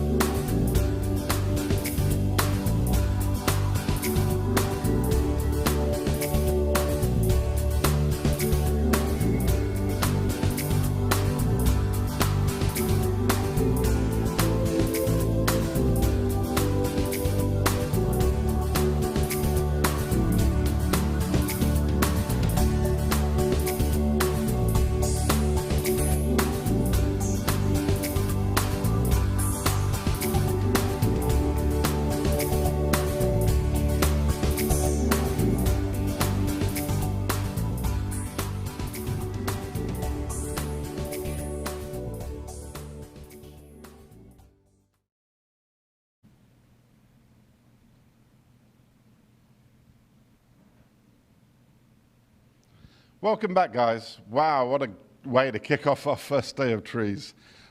Tommy was just awesome, wasn't he? We had a few technical issues along the way, so thank you for sticking with us through those. Hopefully the content shone through those. If you missed any of the sessions we covered, don't worry. We have recordings that we'll make available to everyone that's registered and everybody on YouTube. So the fun continues tomorrow. We have Claire Hegg, our product marketing connoisseur, will be walking you through our past 6 months of feature investments in Treez. We have the founder and advocate, Weldon Angelos, who will be in the studio with me tomorrow to continue to share his own journey of struggles and victories to fight criminal injustice in cannabis. We have Product Master Ryan Gonzalez, who will showcase the latest robust Treez Enterprise product management features. And finally, Zen Master and product expert Wayne Lee will give us the latest insights for how Treez is helping businesses to stay compliant within the cannabis industry today. No easy task. So don't forget to donate to Mission Green Project by visiting our Treez Week Mission Green donation page with the URL bit.ly/Weldon Treez. Thank you to everyone who registered for Treez Week today. Your $10 donations will be going towards Weldon. And for your other contributions you've made for donating to help social reform and fight against criminal injustice. It's a very important cause, so we really, really do appreciate all the support you guys are giving. So really all that's left for me today is to introduce you to my good friend, a guy who helped me change my life through sharing his gift for music. So get ready to dance to the sweet sounds of Alex Lucero, and I'll see you tomorrow.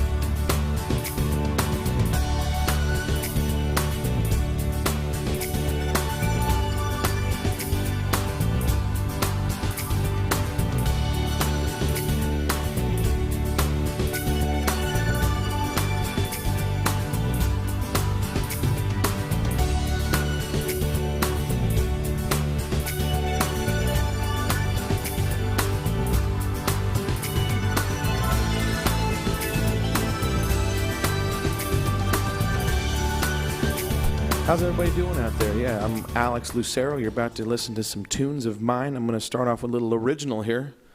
We're at Treez. T-R-E-E-Z, Treez.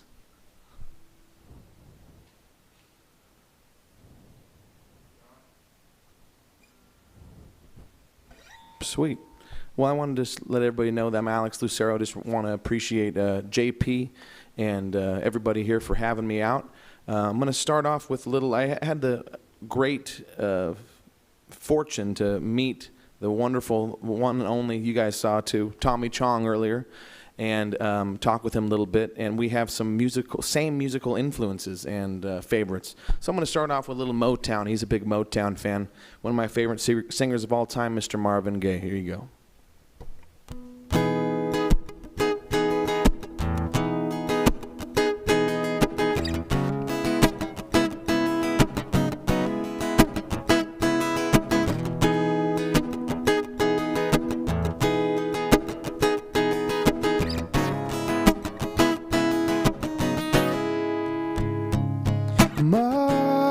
Mother, ooh, there's too many of you crying. And brother, there's far too many of you dying. You know we got to find a way to make some love in here today. Yeah, yeah. Father, ooh, we don't need to escalate, no.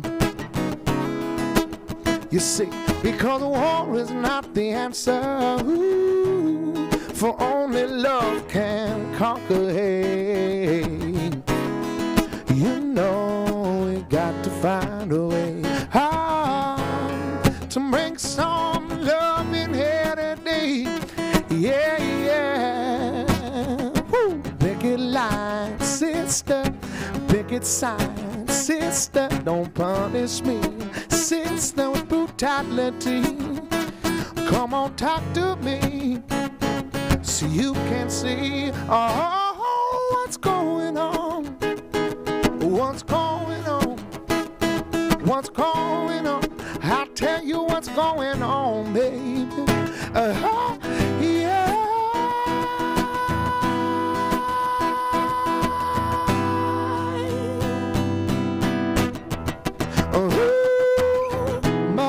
Mother, everybody thinks we're at home.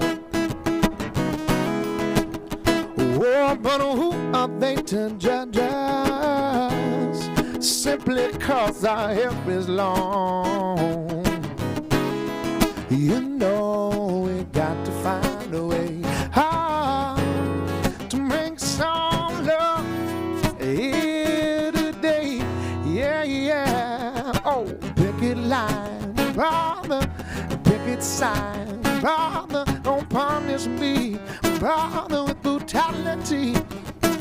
Come on, talk to me, yeah, so you can see what's going on. What's going on? What's going on? I tell you what's going on, baby. Yeah.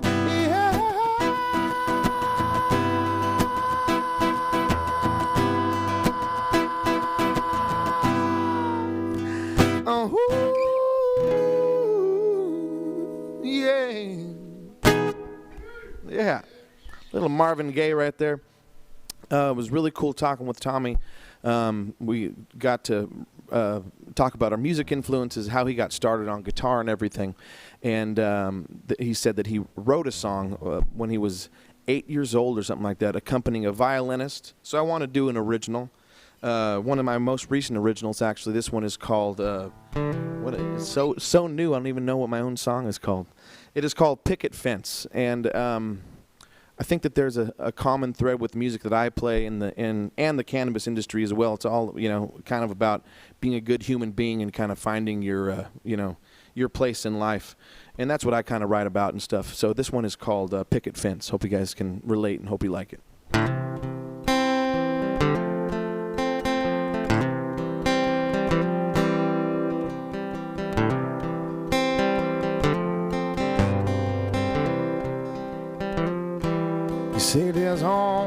leave the ground.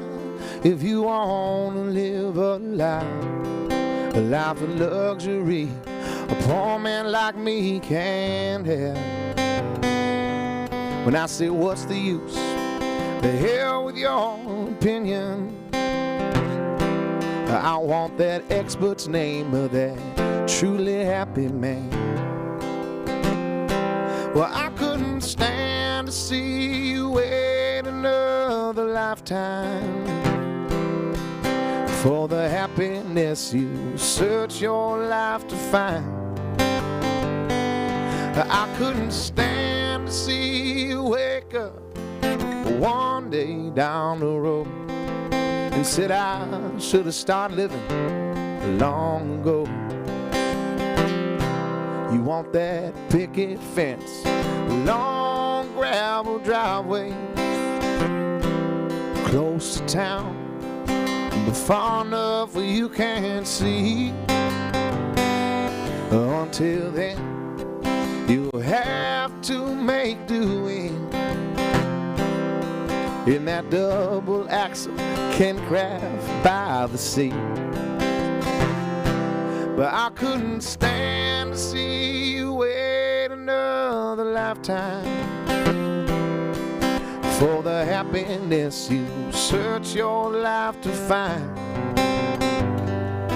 I couldn't stand to see you wake up one day down the road and said I should have started living long ago.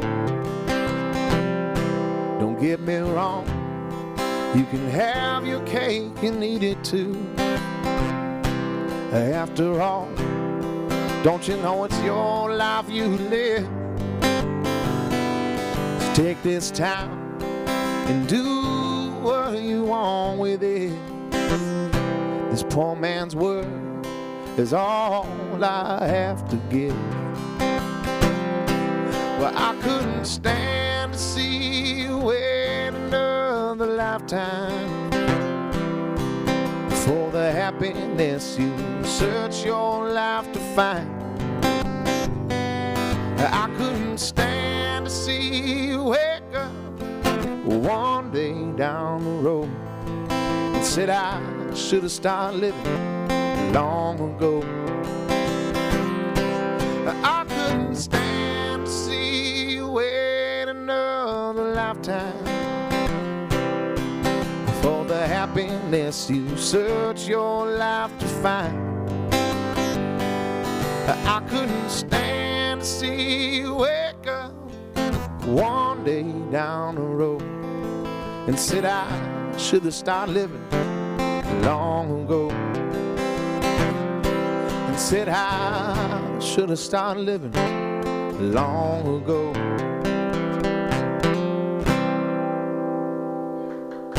Yeah, thank you so much. Yeah, that's my most recent song that I've written. Just kind of songs about perspective. We know we're all living in a crazy world nowadays, and kind of up to us to make the best out of it. And we had an incredible time last year live streaming, and that's kind of how I got to know Mr. JP here, and I so appreciate them having me on this live stream here. And I'm gonna do one of the songs that one of his favorite originals. This one's called Maybe When. Yeah.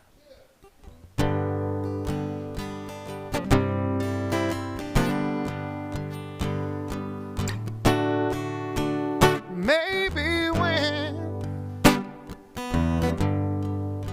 the rain goes away and you can come back home to me. We can go walking hand in hand like we used to. Maybe when everything settles down, baby, and I can hold you in my arms just as tight as I can.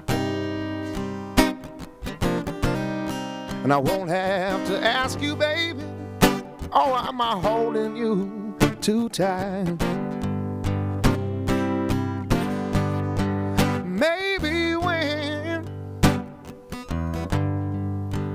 everything settles down. Oh, and all your pain is gone. We can go walking hand in hand like we used to, babe. Oh.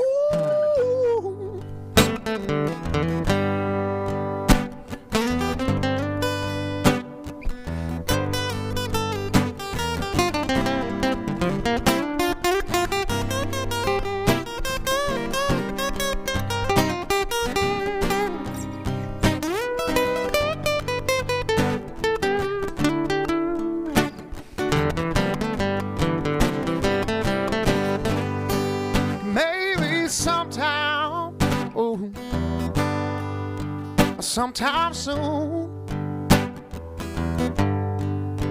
I can hold you in my arms just as tight as I can be. And I won't have to ask you, baby, am I squeezing you too tight? Maybe when the rain goes away, and we can go walking, baby, walking hand in hand. We can go walking, oh baby, just like we used to. We can go walking, oh baby, like we used to. Oh yeah.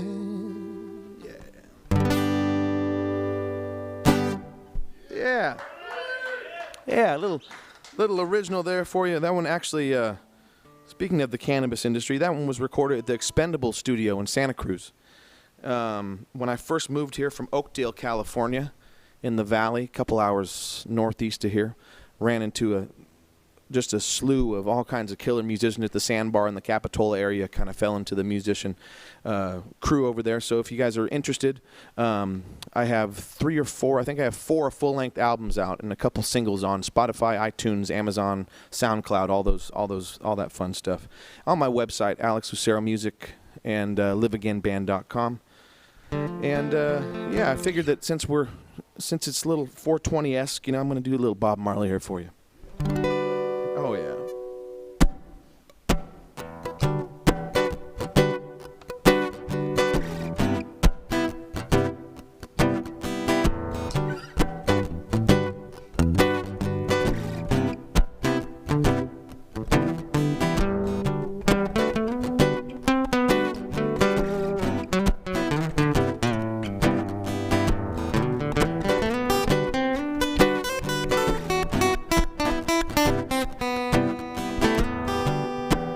From the very first time I placed my eyes on you, girl, my heart says follow through. Well, I know now that I'm way down on your line, but the waiting thing is fine. No, don't talk to me if you think I'm dumb. I wanna know now. I wanna know when you're gonna come. I said I don't wanna wait in vain for your love. I don't wanna wait in vain for your love. It's been 3 years since I've been knocking on your door, and I still wanna knock some more. Ooh, girl, is this really look? I wanna know now, so I can knock some more. I wanna say that tears in my eyes burn, tears in my eyes burn, while I'm waiting for my turn.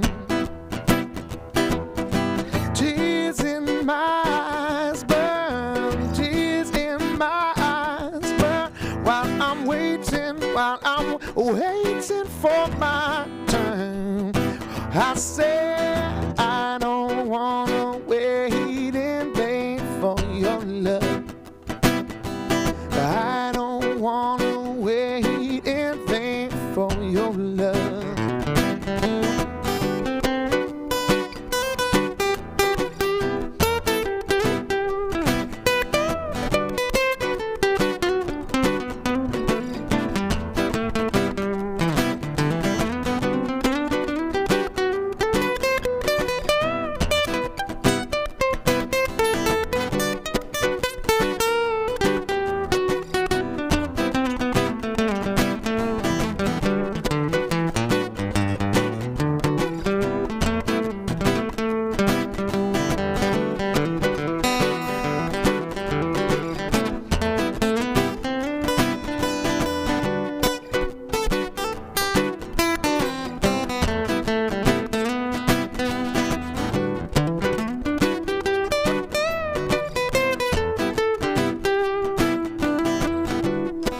It's been 3 years since I placed my eyes on you, girl.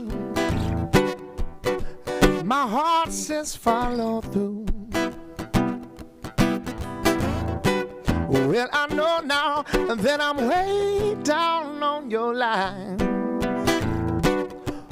but the waiting thing is fine. So don't talk to me if you think I'm dumb. I wanna know now. I wanna know when you're gonna come. Well, I said I don't wanna wait in vain for your love.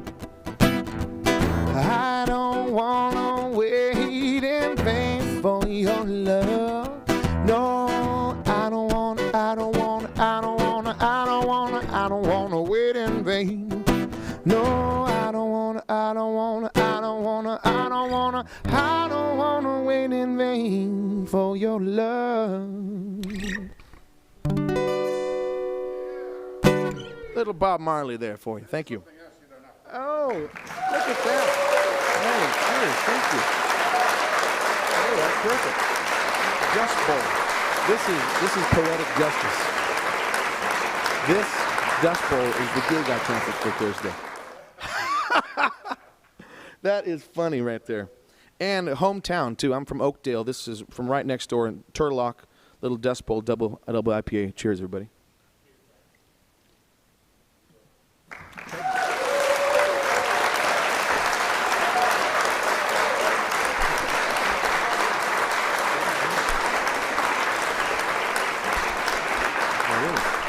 I had a little, I think everybody kind of had a crazy year last year, and not to get too heavy into it, but I wrote a bunch of songs about perspective and how to deal with things, and how I think a lot of options could be, a lot of misunderstandings and all that kind of stuff can be solved by just a little bit of perspective. Put yourself in other people's shoes.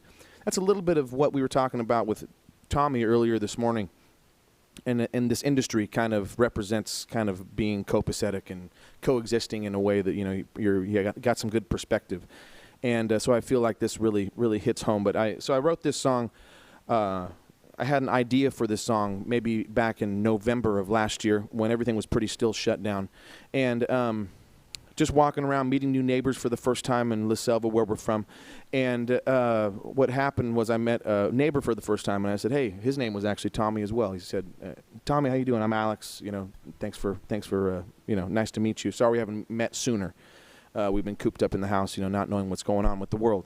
But I said, how you been? Is everything all right? And he said, my wife passed away, and trying to cope with that, I can't have a memorial for her. And he said, but it's okay, I'll get my feet back on the ground. And I was just like, my God, like just a couple months ago, losing his wife, but still having the capacity to tell a person like me for the first time meeting me that it's okay, that I'm going to get my feet back on the ground.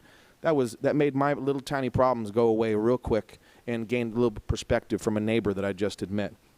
So I went home and I finished this song, and this is a song that's called Happens All the Time.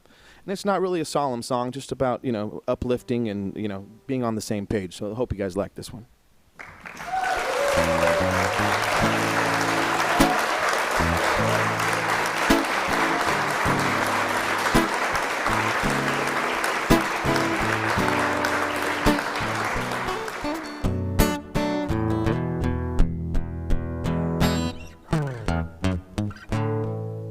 It's been a long time since I had to say my big heart's been open. It never takes a day. Much obliged, he said as he walked through the door. Thank you kindly for your services here, but we don't need them no more. It happens all the time. It happens all the time. Maybe I'll wake up when, maybe I'll wake up when the clouds are far behind.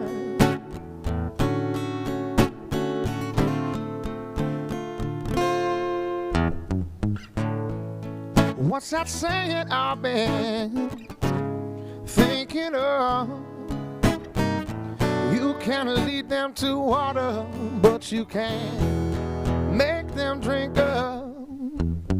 A neighbor of mine said, what would he had found? Someday soon I will get my feet back, right back on the ground. It happens all the time. It happens all the time, baby. Maybe I'll wake up when, maybe I'll wake up when the clouds are far behind.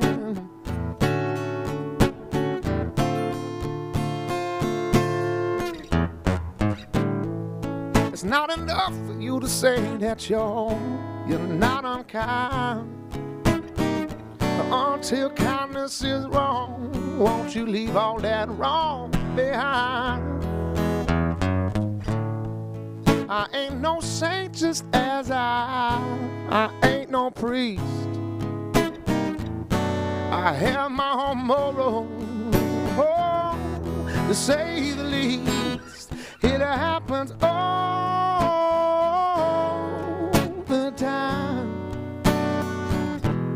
It happens all the time, baby. Maybe I'll wake up when, maybe I'll wake up when, maybe I'll wake up when, maybe I'll wake up when, maybe I'll wake up when, maybe I'll wake up when the clouds are far behind.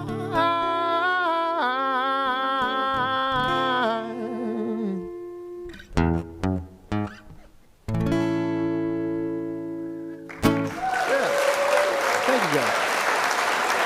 Yeah, thank you. Little original there, Phil.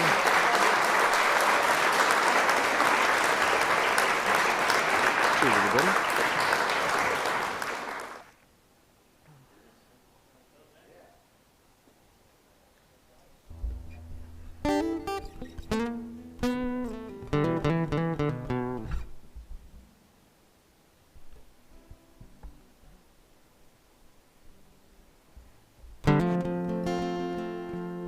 Perfect. Another little original here for you. Called Moving On. Hope you guys like it.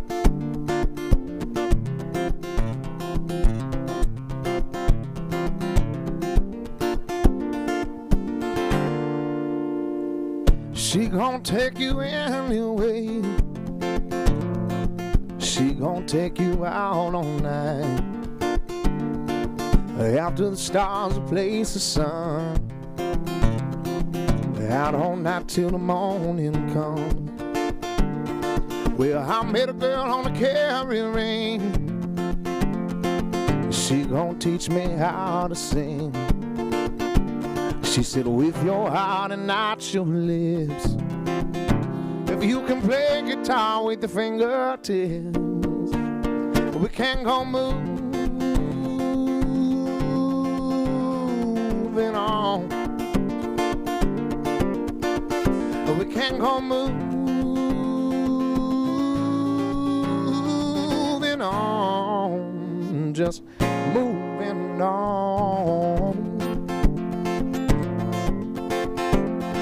She got colorful painted walls, no cell phone, no text or calls.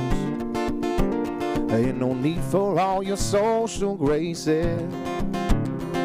It might as well be painted faces. And she ain't got no kind of plan. She got plenty to see and I'm her man. Many moons and dreams to chase. And she ain't worried about winning no race. We can't go moving on. We can't go moving on, just moving on. She believes the good will win. There's a better way than the one that we're in. And all the money in the world cannot disguise what's truly there behind those eyes. And someday, many days from now, we'll look back and we'll wonder how. She says your heart should lead the way. And there ain't no debt in life you have to pay. We can't go moving on. We can't go moving on. We can't go moving on, just moving on. A little original there for you. Thank you. Yeah, thank you. We'll be on the next album, man. Coming out very soon. All my originals kind of revolve around time, and only getting, you know, that we know anyway, you know, one try at this thing and making the best of it. So I appreciate you having me out here and the whole Treez team and everything. And cheers to everybody in the room, and cheers to you guys out there. Thanks for tuning in. Yeah, let's do it. One more here. Gotta do a little shine.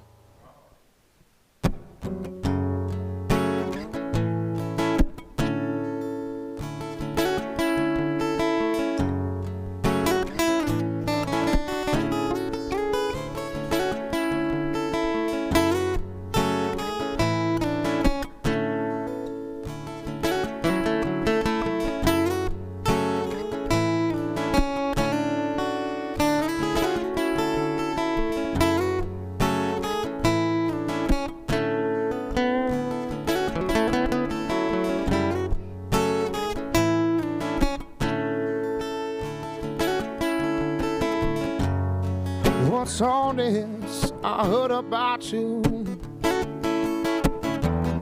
Not giving a damn about them.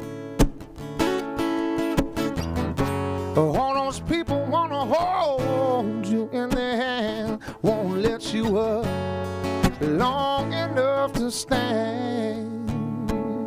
I want you to shine down from above.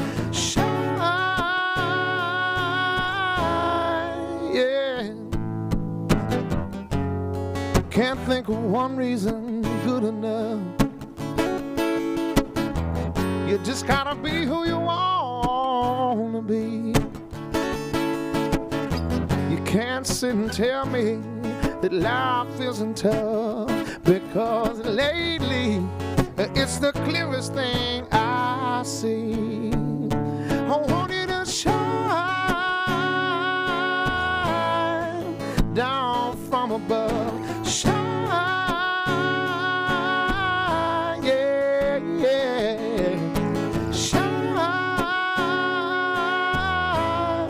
down from above. Shine.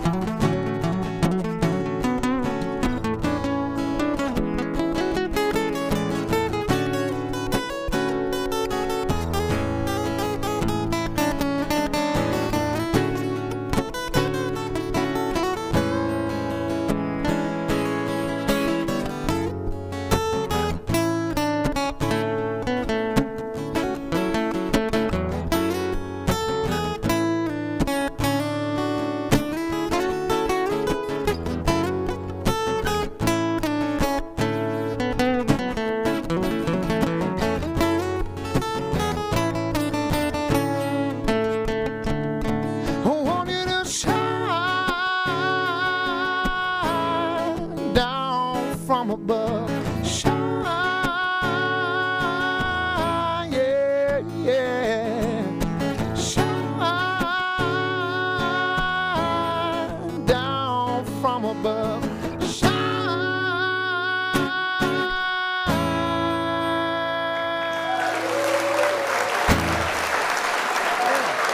Yeah.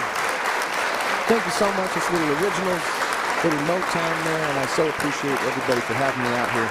And it was a great experience, and I can't wait to do it again tomorrow. Yeah, yeah. Encore? Hey, Freebird.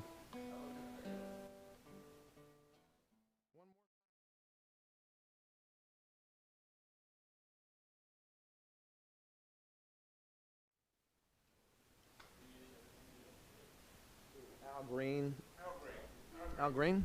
Keep the Motown. This is dedicated to Tommy, a little Motown here.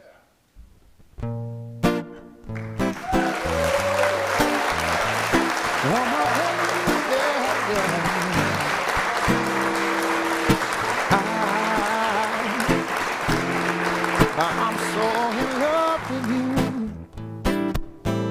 Whatever you want to do, that's all right with me. Oh, will you make me feel so brand new?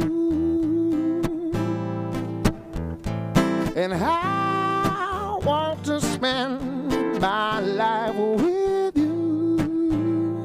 Oh, baby, baby, it's been the same song, baby, since we've been together, whoa, loving you forever. That's what I need. But let me the one you come running to, because I'll never be true. Oh, baby,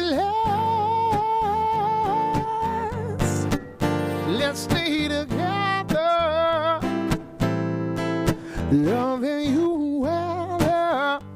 I just want to love you whether times are good or bad, happy or sad. Ooh,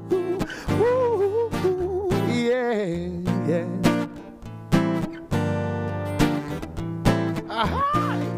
Baby, wait a minute. I want to say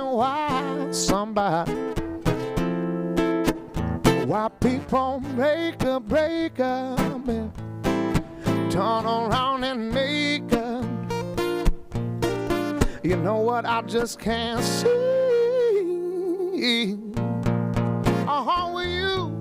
You never do that to me. Come on now, would you, baby? It's being around you is all I see. But what I want is to last. We all stay together, loving you well. I just want to love you whether times are good or bad, happy or sad, good or bad, happy or sad. Times are good or bad, happy or sad. Times are good or bad. Ooh, yeah, yeah.